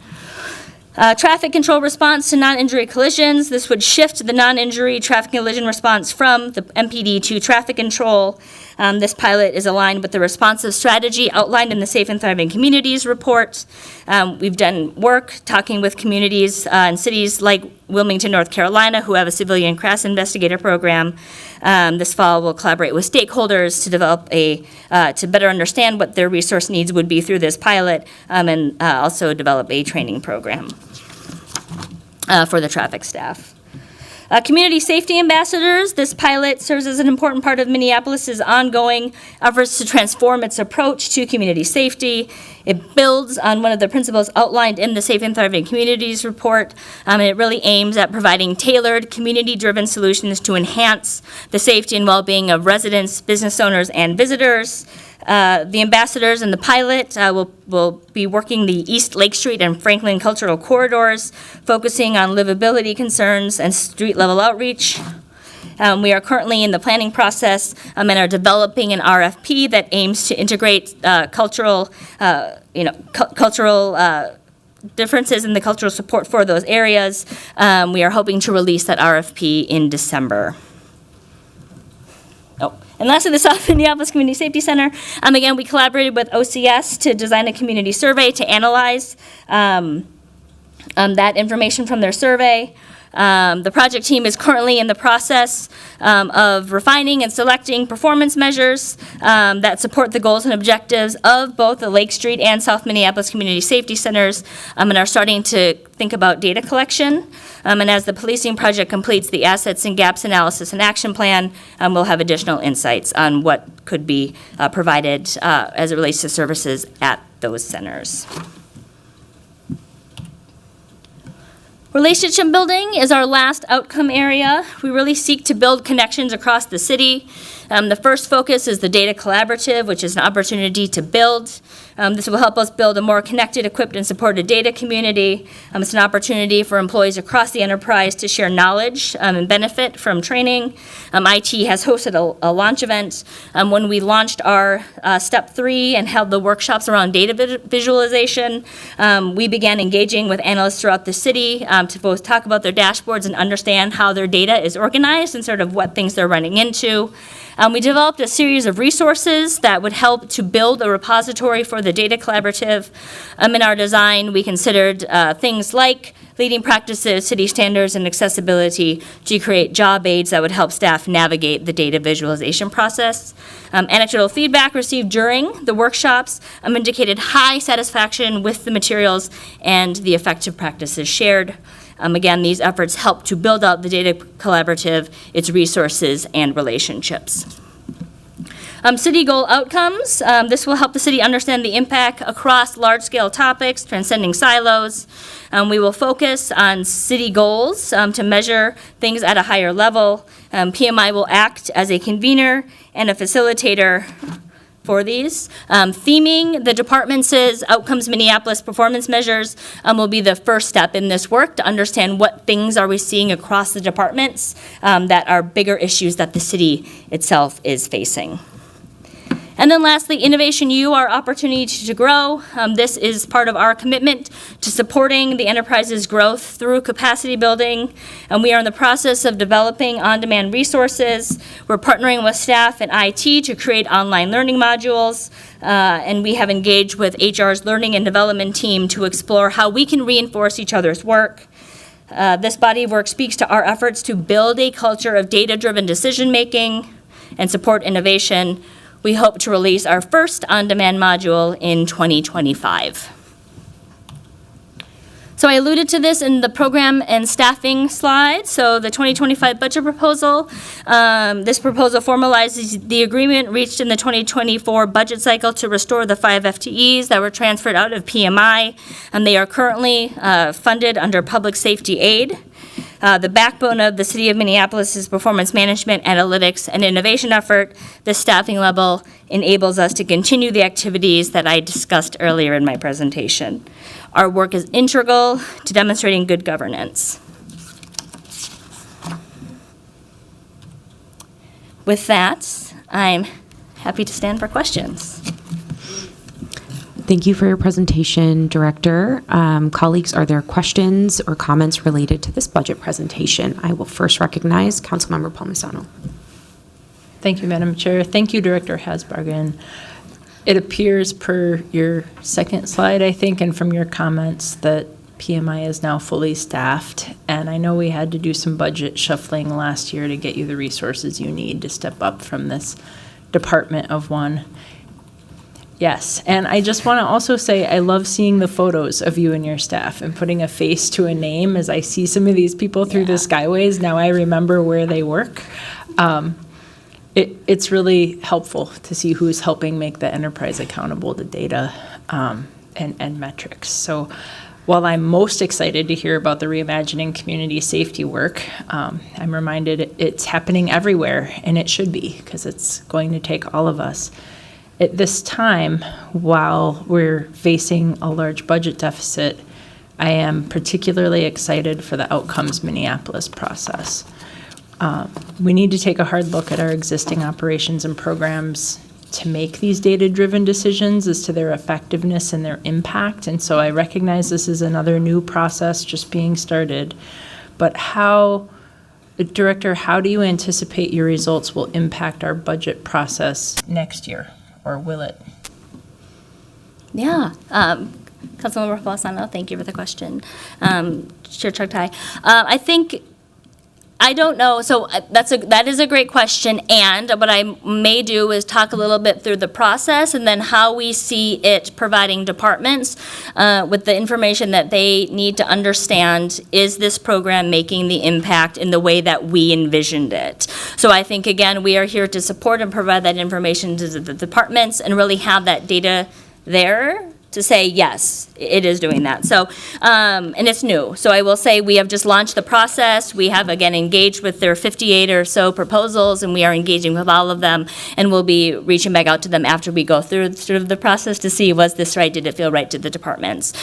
So the consultative process itself, what PMI, the budget office, has been an amazing partner, as has REIB, in really reviewing the proposals. So what we were able to do is take a look at the proposals that were provided by the departments, and then later, again, approved by the mayor. I think this is the same process for Outcomes Minneapolis and the general performance measures that departments are using that are core to what they do to do business, right? When you think about Public Works, Health Department, what are those core services? So I think this sort of approach goes to both, but I'll speak specifically to the budget process. We will review the proposals. We will also do research. So when we really talk about capacity, I think it is not that city staff, right, would not love the opportunity to be able to spend all of this time researching, looking up case studies, coming up with all these things. It's time. So with the team and the way in which we're staffed, we're able to take that time to take a step back, understand one of the things we're doing. We want to build an amazing repository of performance measures and leading practices. What are others doing? Who has a program like this? What may be helpful information to you as you consider this? So the team first engages in research. What they then created was we are calling a collaboration form. And so we review the proposals, offer feedback on what was outlined, and I think Deputy Jackson did an amazing job showing you what that process, how that was outlined in the framework. What is the objective, right, that big thing that you are trying to do, and what are the goals? Then from the measures and the research that we provided, we share that with them in potential ways that they could alter, right, or, right, give them a great thumbs up for what they've developed. What we'll then do is consult with them. We'll send that in advance, have them review it, and then we'll consult. So we will meet with the department staff to really talk through the proposal, talk through our thoughts, and use it as an opportunity sort of to discuss, is this going to get you, when we look at the data, what you're wanting to say that it's been successful. We then give the department, right, the opportunity to consider what we've recommended, consider the research that we've come up with, just think about what changes they may want to make. They then come back with us, ask us, and this is iterative, right? So then they come back to us, ask us any questions, and then decide what that looks like and adjust their measures. And then for the budget process, we will be updating. So there were a lot of preliminary There were, for example, in some of the budget proposals online, you may have seen, we'll talk to PMI or measures in development. So what PMI will be doing is going back in and updating the proposals so it reflects the new measures that the department has decided on. We'll then work with them to understand how we might help collect data, especially for the smaller departments, and then how they may want to visualize that to speak to, these were our objectives. This was the big thing that we were trying to solve. This is how we thought we were going to do it, and here's the progress or the impact that we were able to make. So that's the process and how we see providing that, and then departments have the opportunity, right, knowing did it meet what they were trying to do to sort of make different programmatic decisions.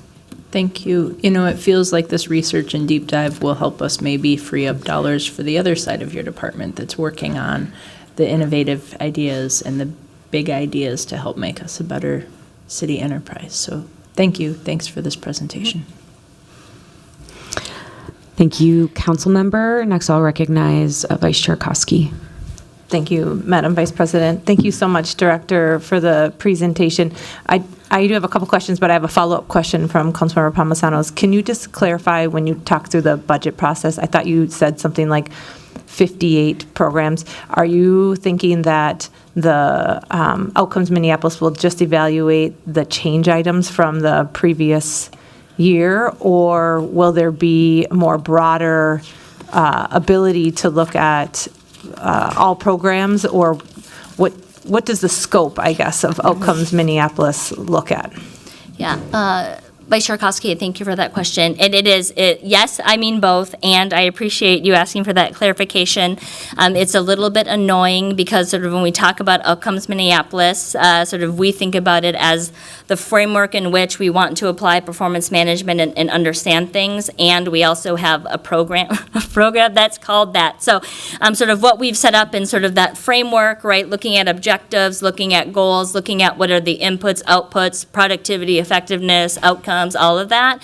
That is the same process that we will use in all of our work. So whether it's a pilot, right, idea where someone's like, I have this really amazing idea that is going to support community around opioids, right? We are going to bring that framework to really flesh out what that looks like to help clarify, again, the problem being solved, the impact we're intending to make as a result, and then what is going to help demonstrate that impact. So what are the performance measures? So that's the framework generally. Specifically to your question, yes, we are going through, and I think it was 58, and that might be the wrong number. So the number of proposals that were recommended in the mayor's budget that the departments are presenting you on through this process, we are reaching out and have reached out to departments to see what support would be helpful for them in developing the metric section. That's part of performance management. There's also a race equity. There's a slew of questions in that form. And then Outcomes Minneapolis, which is sort of those core functions, right, that departments are doing. I told you 100%. Hopefully at the end of the day, all departments and offices will have gone through that workshop. They are still doing that, and that is really focused on what they are doing that's core to their business. They are still, or the services that they provide, and then what are the measures that help outline that. So there, again, may be overlap, for example. I think some departments received recommended new funding around some things that are likely core to what they're doing, but it really looks at the more perennial things that we would think of or the public may think about when they think about public works. So that's sort of, I hope that answers your question. No, yes, thank you so much, Director. That answers my question, and I'm grateful to hear that. I mean, we add new programs. This is my third budget cycle, and I've watched us add new programs, but not be able to really understand the outcomes of them. And so I know that this has been a gap, and we haven't been doing that for quite some time. And so I'm anxious to be able to see a breath going backwards, not just necessarily the ones that I've been involved with. So I'm grateful to hear that and just get a better understanding of it too. So, that was just kind of leading into my other comments that I just wanted to say thank you. I feel I've been waiting and really excited to have this type of collaborative tool in Outcomes Minneapolis. I knew I needed to be patient, but I can see that you really jumped into this and have rebuilt this team from a team of one, like you said, and have done more than what I think might be almost humanly possible, but did this. You can see that the drive and dedication of yourself and your team, it shows in what you've presented today. So I'm really excited. I am looking forward to being able to feel the benefits that our residents are going to feel as we move forward, and really be able to help them connect and understand the things that they talk to us every day about, how we're going to be able to return back to them and circle back and help them understand how they're benefiting. So thank you so much for the work you've done and for the presentation today. Thank you. Thank you. And then next, I will recognize Council President Payne, who's last in queue right now, although others may join. Thank you, Vice President. Yeah, I mean, context here is I've been involved in this work since about 2016, so there's kind of two sides to this coin. One is which I probably have one of the most intimate knowledge of the challenges of doing this work, but also maybe some of the highest expectations of the delivery of this work.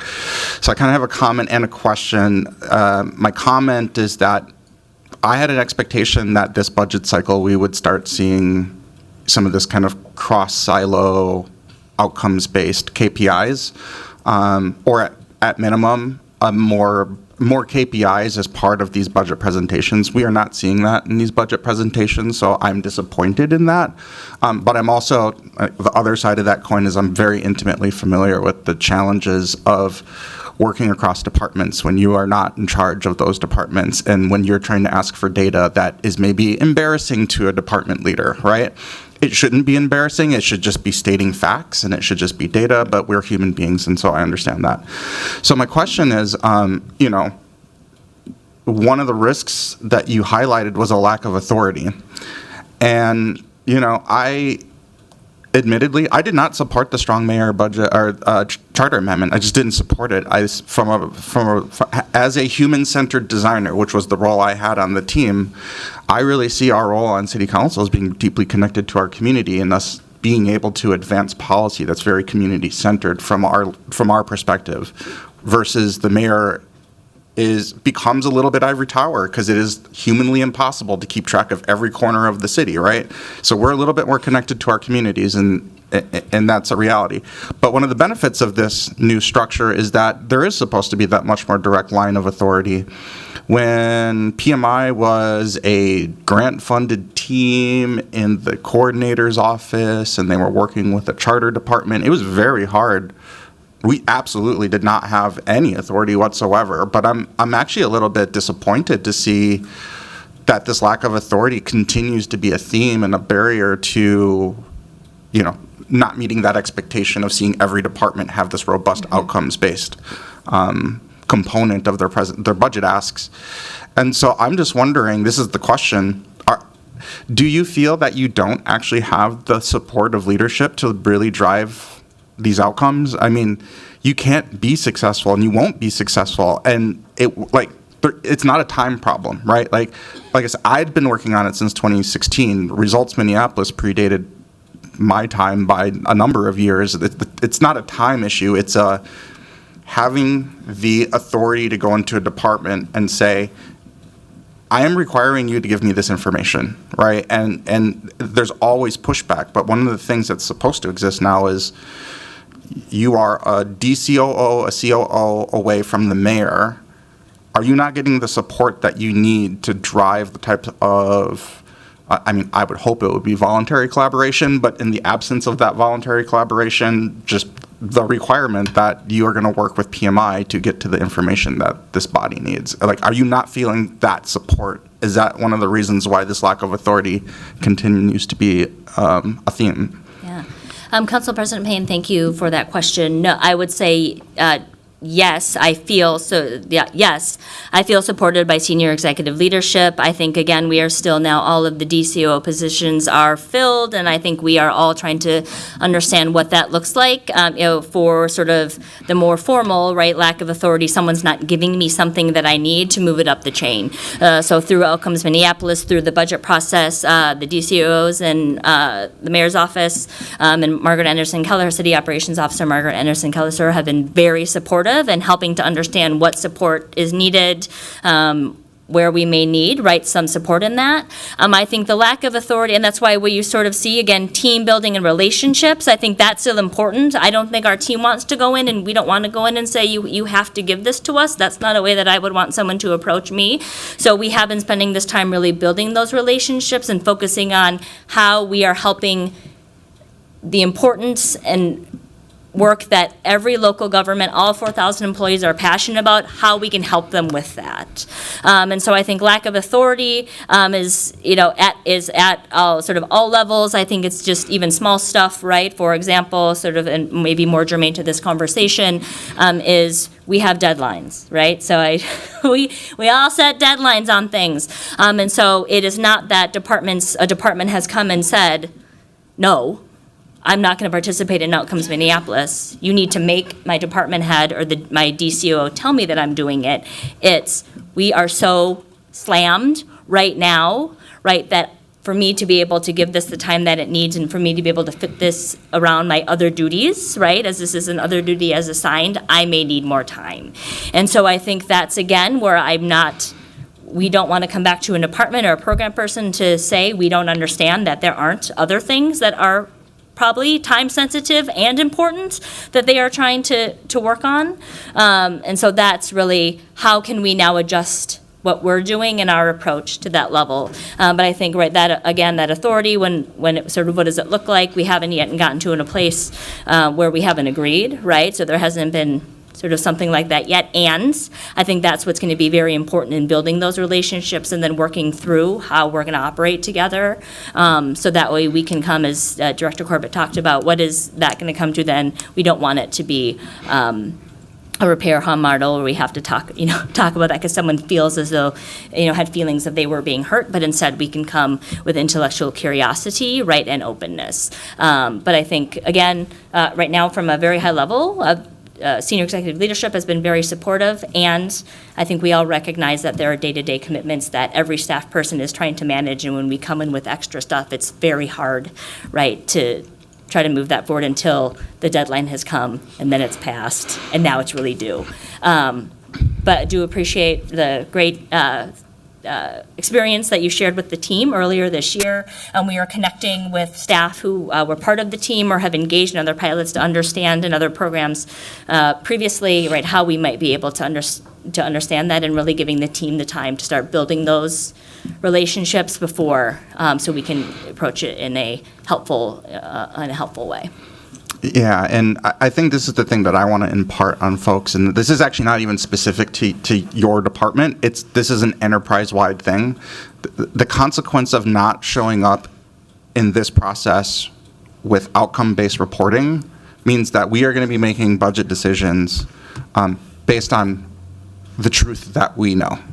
We know what's going on in our community. We know what's important to our community. We know what outcomes this institution is delivering for our communities and the outcomes that it's not delivering for our communities. We know that very intimately on at least a ward-by-ward basis. Mm-hmm. Those are going to be the basis by which we make our budget priorities known, right? And in the absence of an enterprise-wide outcomes data-driven decision-making framework, we're doing this based on that kind of like very kind of gritty human to human like relationship, my phone ringing in the middle of committees because I have a resident who has a problem in their apartment type of priority decisions, right? Which can be anecdotal, right? And the consequence of not having this framework is, and this is the thing that I really want to impart, and again, not for your department specifically, enterprise-wide, is when we make our decisions in this budget, it's based on a set of information that we have available and a set of priorities that we drive through that information.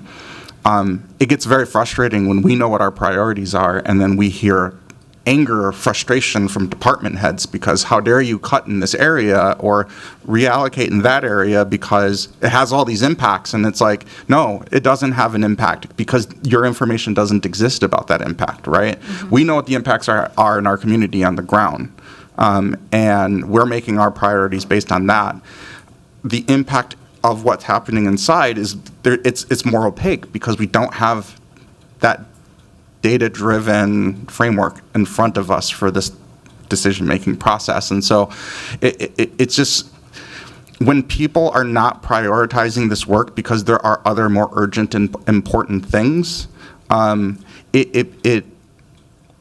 this is urgent and important in a different way, and there's a more proactive way for us to address those urgent and important things when we have that data. And so it's like, I'm glad to hear that you are feeling that you have the support that you need. I just need to really impart, not on you as a department, but on us as an institution, that the absence of having this outcomes-based data at this moment in the decision-making process it's gonna have consequences. And I kind of don't want to hear about it, right? Because we don't have that data in front of us, and I don't want to hear from department heads, well, how dare you do this? Because we're doing it because we have the data that we have, which is our community, right? Mm-hmm. And I just really want to impart the importance of this body of work, and that it needs to be in place by next budget cycle, and I'm very disappointed that it's not in place in this budget cycle, and that is not about your team, it is about this institution, mm-hmm. right? Yeah, Councilwoman Payne, I appreciate that, and I will just say that, the staff who have been working with us, even with a pretty short window on the budget proposals, because it is a new process, and we needed to stand up first the framework, as we talked about before we went in to do the meetings, are essentially working with this in a turnaround of, I'll say it's less than 4 weeks. So I think city staff, department heads, leadership understand, right, even if we weren't, I would say, in a tight budget, that this is the time where we need to be engaged in this, because it's about data-driven decision-making, it's about transparency, it's about good governance. I just think, again, with the timelines, with the team, right, coming on board, right, in January and June, we weren't able to do that. We're excited about, again, seeing what we can do now in this cycle, and then what it looks like, as I know you with the focus on human-centered design and rapid prototyping, what does the next version look like, right? What the collaboration form looks like now, what we did now is likely, we are going to make that better, and we'll be able to align things a little differently. But again, unfortunately, the nature of timelines, staffing, many teams, my team being new, we weren't able to accelerate that, and did feel having the focus first on a solid foundation was critical before we did that. But I agree with you, and we are having those conversations with departments, and I think it's great for others to hear, right, absence of data, we make up our own data, and this is a great opportunity for departments to be able to lead their stories, to be the writers as opposed to the copy editors. And I want you to know I have some grace in that as well. Thank you. Thank you. And then finally, I will recognize Councilmember Vita. Thank you. Thank you, Director, for the presentation.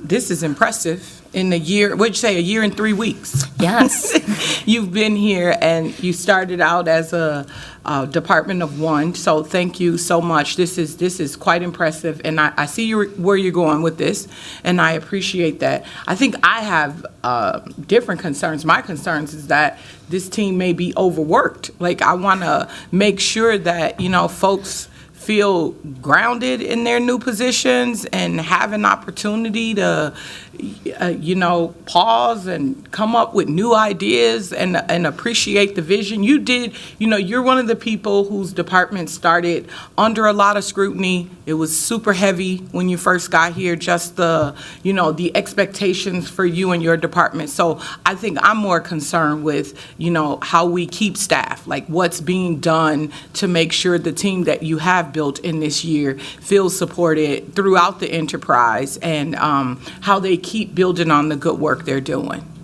Yeah. Councilmember Vita, thank you very much for that comment. And I'll say what we are really doing is, I didn't really speak a lot to the internal work that we're doing, so I appreciate the opportunity to share that. We are very focused on team building, workplace culture, and creating an environment, right, that our staff can thrive in. Andra Bosniak, who is our deputy director, has done an amazing job. She oversees the day-to-day and is building those relationships with the team, really making sure that staff feels supported, right, having those one-on-ones, having informal check-ins. I'm sure it's no shock to any of you that as a new department with a new team, we do a lot of brainstorming, a lot of pre-meeting, a lot of really working to make sure that people feel supported. Having Andra and myself attend meetings, right? Not that we don't trust the team, but there is a different culture here at the city, and make sure that people don't feel like they're just out there flying in the wind.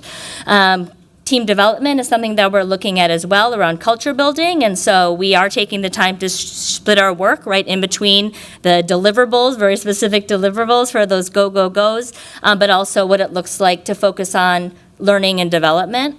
I also have check-ins with staff. We've done 3, 6, 9, and now we'll be coming up on 1-year check-ins, really talking about those higher level issues. The benefit is we are a smaller team, so again, Councilmember Palmisano, appreciate you calling out our photos. As a smaller department, we also have a little bit more of the ability to be engaged in the day-to-day. We see staff every day, right? We have meetings with the team every day, and really want to understand also what people are doing outside of work, and what their lives are, as we do bring, again, our whole selves to work. The team itself has created a really amazing culture and has a lot of trust. The team eats lunch together every day in our conference room. So it's very, I think, endearing, and it just makes me very excited to see how they are creating structures informally, right, those support networks that will help them, and they don't, not shy in coming in to talk with us about questions that they have or things that we could do to better support their growth and their careers here. But I appreciate you, Councilmember Vita, bringing that up, and that is something that we are also actively supporting. Thank you very much, Director. Councilmember Vita, did you have any additional questions? With that, we have concluded the questions and discussion items for you, Director. Thank you for coming in to present your budget. I'll ask the clerk to file that report.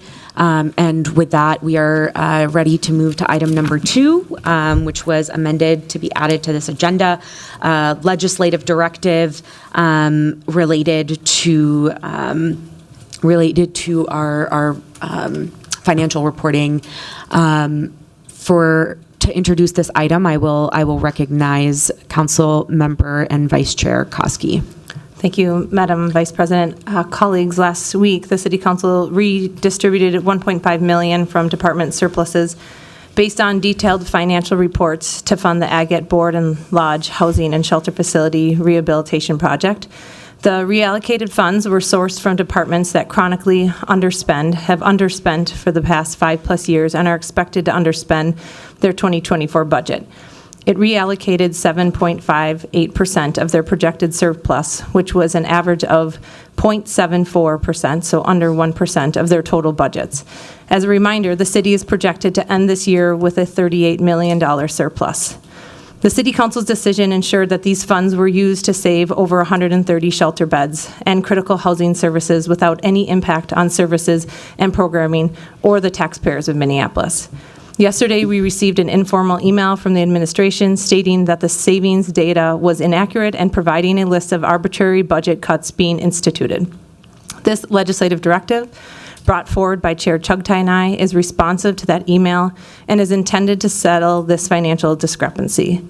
The legislative directive encompasses several key areas. It requests information and data on financial reporting, monitoring, and performance measurement, an understanding of standards for financial reporting, including compliance with state and federal requirements, with a focus on processes that ensure the accuracy of financial reports. 2, it will walk through the second quarter financial report evaluation, the detailed calculations and supporting documentation from the City of Minneapolis General Fund report on June 30th, including models, formulas, and data that contribute to the year-end projections and surplus deficit assessments. Number 3, accuracy evaluation of financial reports, a comprehensive chart comparing general fund reports across multiple years, assessing original and current budgets, year-to-date actuals, and projections. Number 4, department-level financial reports, a thorough review of financial reports at the department level, analyzing original and revised budgets alongside year-to-date actuals with explanations for variances. And number 5, an inquiry into financial practices, an inquiry into the legal and policy frameworks governing the commitment of current budget savings to future budgets, including the authority for such actions and mechanisms in place to prevent unauthorized use of funds. So with that, I will move this legislative directive and turn it over to Chair Chugtai for additional comments. Thank you, Vice Chair Koski. I just wanted to add some further context as the Vice Chair walked through the different components of this legislative directive and a little bit of context of how we got here. So the couple of pieces of context or information that I wanted to add on are first that Vice Chair Koski and I take the responsibility of leading the Budget Committee and our body's role in setting and approving the annual city budget incredibly seriously. We know, and as you all do, that especially under the new government structure, the city's role, the city council's role in allocating and approving budgets and conducting thorough financial oversight is is incredibly important, and one of the only ways in which we influence the delivery of services that our residents rely on and pay for. So I say that to help level set that us walking on a legislative directive, consistent with our process and rules here on the council, is indicative of how serious and urgent we believe this matter to be. The funding for the rehabilitation of the agate facility in downtown, and I'll just note, just today it was announced that that there's a match to the money that this council appropriated, and as a result, 130 beds of critical services are going to continue to be available to our residents next year. The sourcing for that amendment was the result of a lot of analysis of the reporting that this council receives, the mid-year budget to actuals, right, and projected surpluses. That's the second quarter financial status report, along with a 5-year look back on year-end reporting of each of these departments' budgets. So we looked at, and we're very attentive to making sure that the amount of money we were taking from each department was going to be underspent, because it had been year after year after year. And then when we see, in response to that, the mayor's administration informing us of cuts to programs and services that are critical and important to this council, to this body, that is alarming, and so this is why we have this legislative directive for your consideration. Colleagues, are there additional questions? I'll first note that we've been joined in this meeting by Mayor Fry, and with that, I will recognize Councilmember Vita for a comment or question. Thank you. Yeah, I guess I have several questions. The first one, though, is, so this legislative directive comes out of the email we received from the mayor yesterday stating that North Commons is going to lose $350,000 due to the vote you all took for the $1.5 million from Agate. Is that what I'm understanding? Councilmember Vita, I'll attempt to address your question and then see if Vice Chair Koski wants to address it as well. Okay, and if I need to say it differently, I'm happy to. No. Okay. Your question is very clear. All right.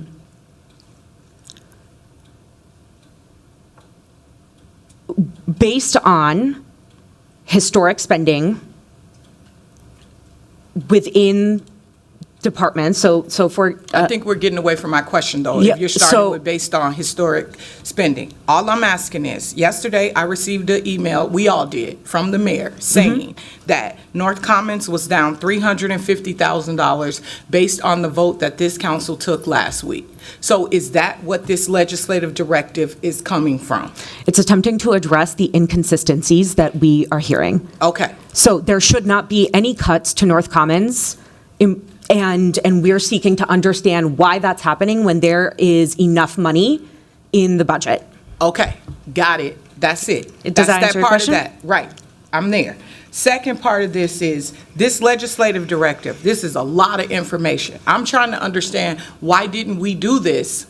But, I had a big fight with everyone before the vote was taken on Agate, because I felt like 12 hours of decision-making was not enough time. So I'm trying to understand, why didn't we go through this before we made the decision to give the $1.5 million? Then we would have known that maybe North Commons was at risk or something else. Now we're doing this on the back end after we received the email saying that North Commons is at risk, and Councilmember Vita has been up all night fielding questions because that's a very serious matter to underserved North Minneapolis. So why are we doing this now? And what is all of this going to get us that's going to help in future? I mean, this feels like a lot of information that, I mean, I don't know what it's going to be helpful at, but maybe you and Councilmember Koski have some other magical way of budgeting, but I don't understand like how this is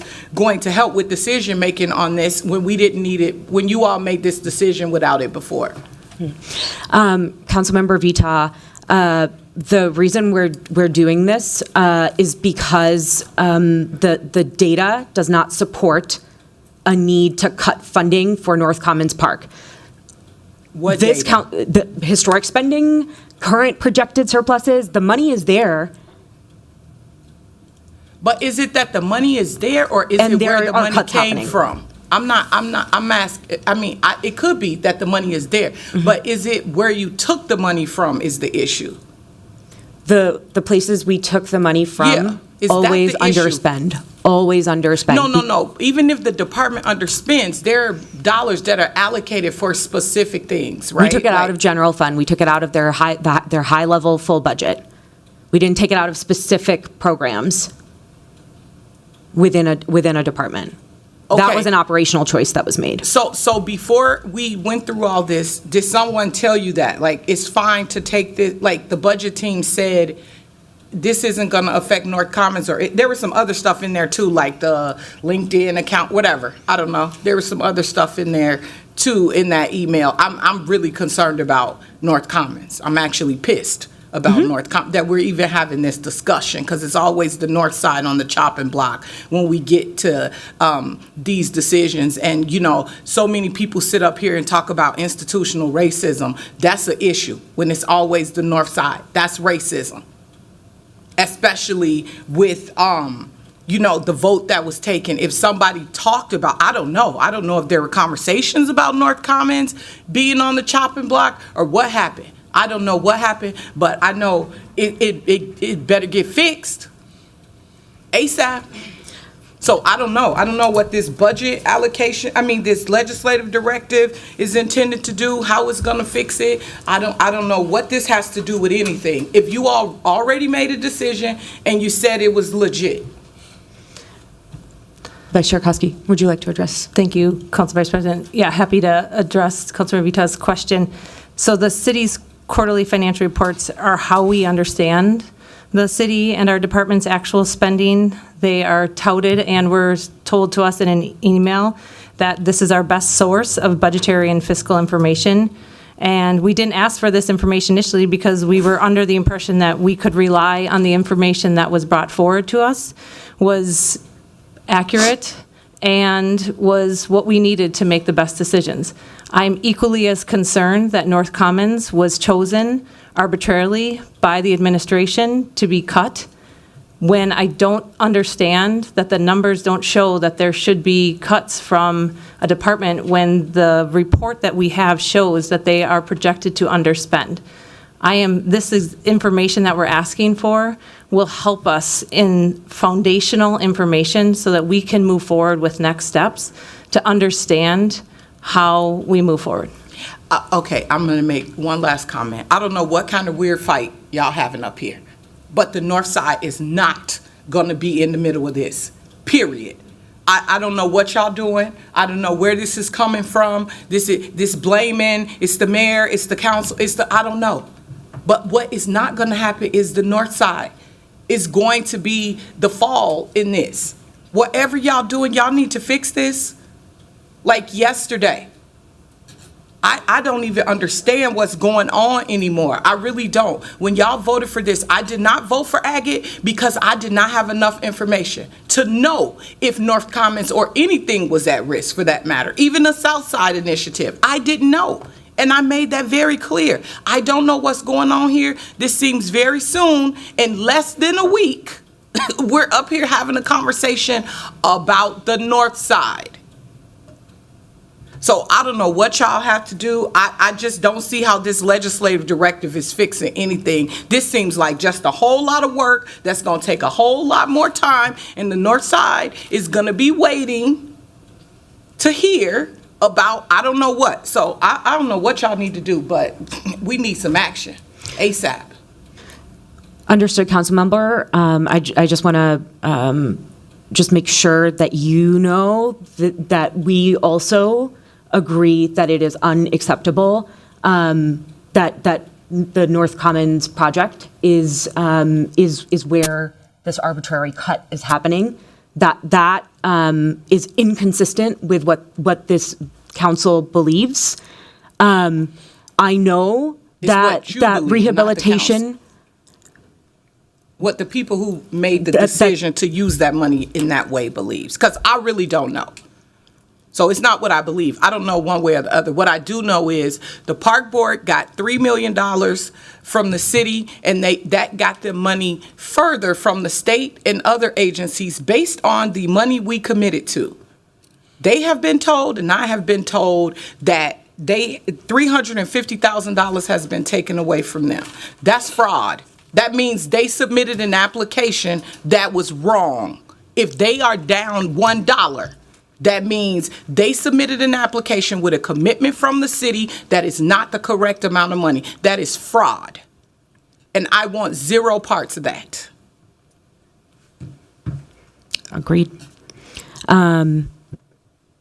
Next, I'll recognize Mayor Fry. Thank you, Madam Chair.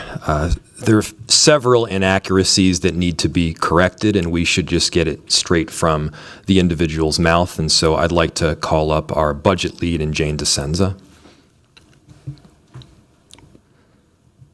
Mr. Mayor, Yeah. the chair recognizes the speakers. Apologies. Madam Chair. Can you help understand what is the information that you're looking for that you are not aware of? That you would like me to? There's no information that I'm not aware of. There were several things that were stated that are blatantly false, and I wanted to make sure that the record was corrected and corrected publicly. And would you like to do that now? I would, if you wouldn't mind, Madam Chair. My Please apologies continue. for Go not ahead. going through you. Thank you. So first, Ms. DeSenza, I can't quite see you, but were you consulted on this particular budget allocation? Chair Chugtai, Mayor Fry, on the reductions related to agate? Yes. I was not.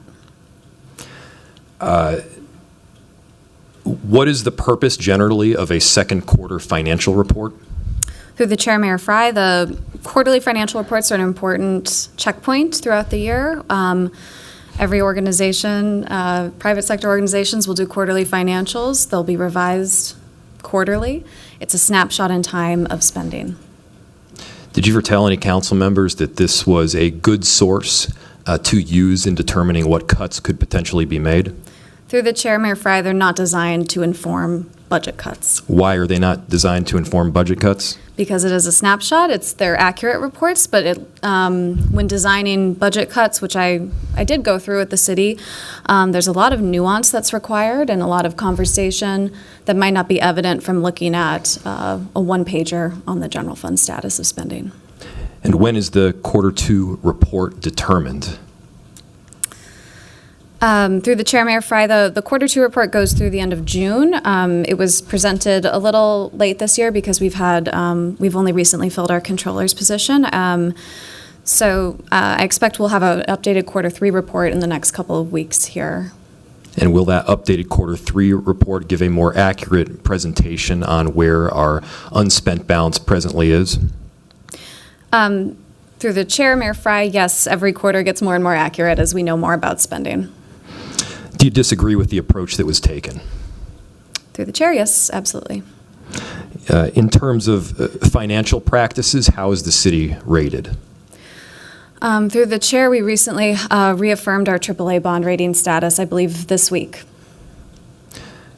And is that the top bond rating status?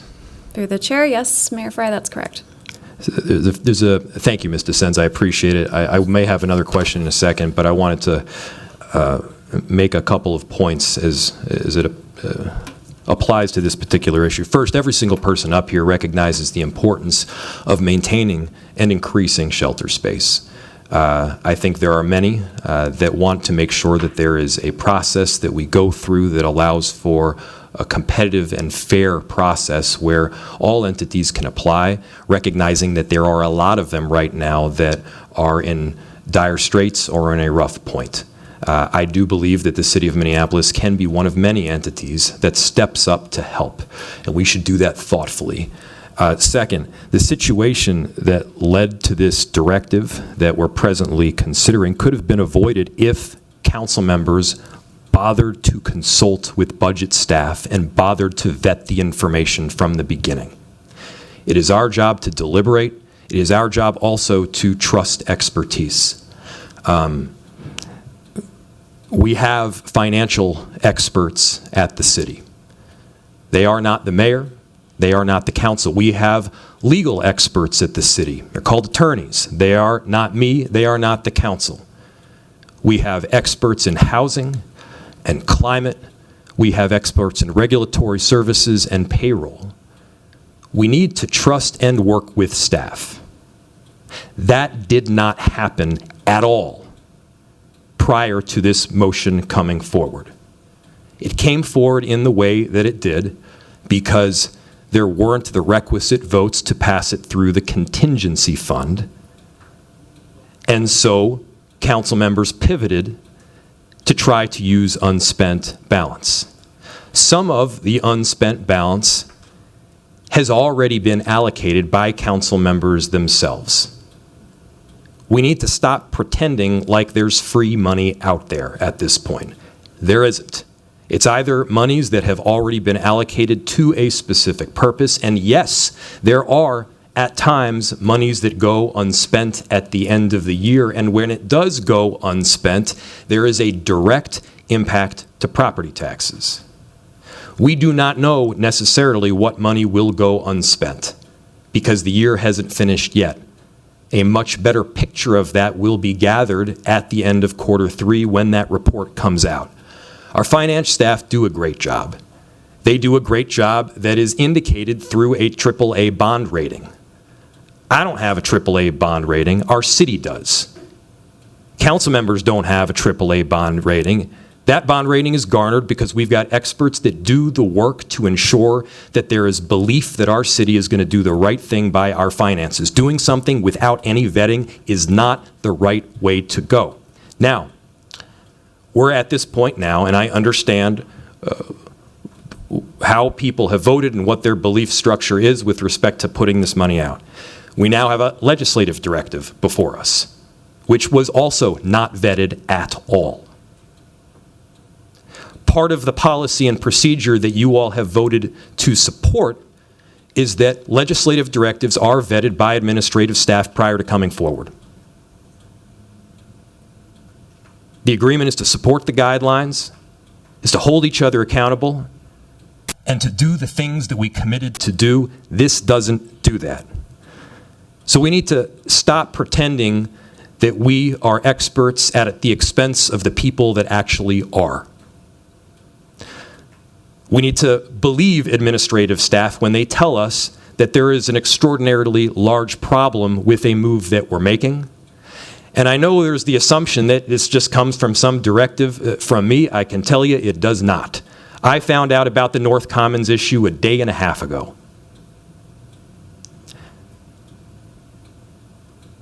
It is a problem. It's a problem that needs to be addressed, and it's a problem that could have been beforehand had people bothered to do the vetting to begin with. I would like to help Agate out in this situation. By the way, it was also stated that, I mean, there's almost a victory lap that's being conducted because we don't know that we're able to save them yet. We want to help. We should step up to help along with several other partners. But they don't know how much it's going to cost, what maintenance is needed, what deferred maintenance presently exists, when they're going to be able to get the funding in, or when they're going to be able to start or complete the project. The present motion, the previous motion, excuse me, states that they have until December of 2025. And so we don't know yet where this money will lead. Will it help? Absolutely it will. It always does. And we should be able to step up to not just help Agate, but others in a thoughtful way. But as for this legislative directive, again, I haven't even read it yet because although I called the council member yesterday, it wasn't shared with me. Although budget staff are inherently involved in the work, nobody consulted them at all. So let's do this right. Let's work together. Let's find a solution, not just to address one shelter, but multiple. Let's find a solution where we're working with our expert and administrative staff. There can't constantly be mistrust here. And when there is, our residents suffer. When we pretend that we're experts when we're not, our entire enterprise suffers. Mr. Mayor, can you please wrap up your comments? Yes, I will wrap up because I believe the protocol should be followed, and I believe I'm above my 5-minute mark. I think that you should follow the protocol with this legislative directive also. Thank you. Thank you.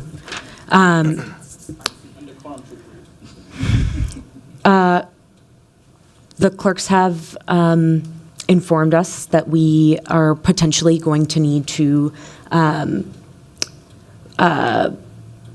wrap up this meeting as we are going to lose captioners for this meeting here soon. So knowing that, are there any members in queue that would like to take themselves out and offer the final word before we take a vote on this item?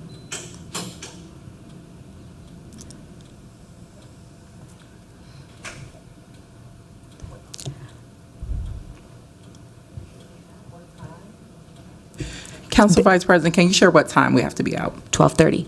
Okay. Know that. All right.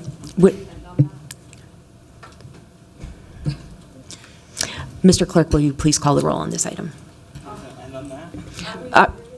I apologize. Okay. All right. Council President Payne, final word, please make it brief. Very quickly, the mayor has talked about the protocols that we've all agreed to. That protocol is that the committee invites the administration to provide comment. That happens by way of a committee action. I believe this vote is our invitation for that comment, and this is not the final word. We have a full council meeting before this is finalized. This is that invitation. Excellent. With that, we have about 20 seconds left, so I will ask the clerk to call the roll on this item. Councilmember Payne. Aye. Wansley. Aye. Rainville is absent. Vita. No. Ellison is absent. Osmond. Aye. Cashman. Aye. Jenkins. Nay. Chavez. Aye. Chowdhury. Aye. Palmisano. No. Vice Chair Koski. Aye. Chair Chugchai. Aye. There are 8 ayes and 3 nays. That item carries. And with that, we have concluded all business to come before this committee today. And without objection, we stand adjourned.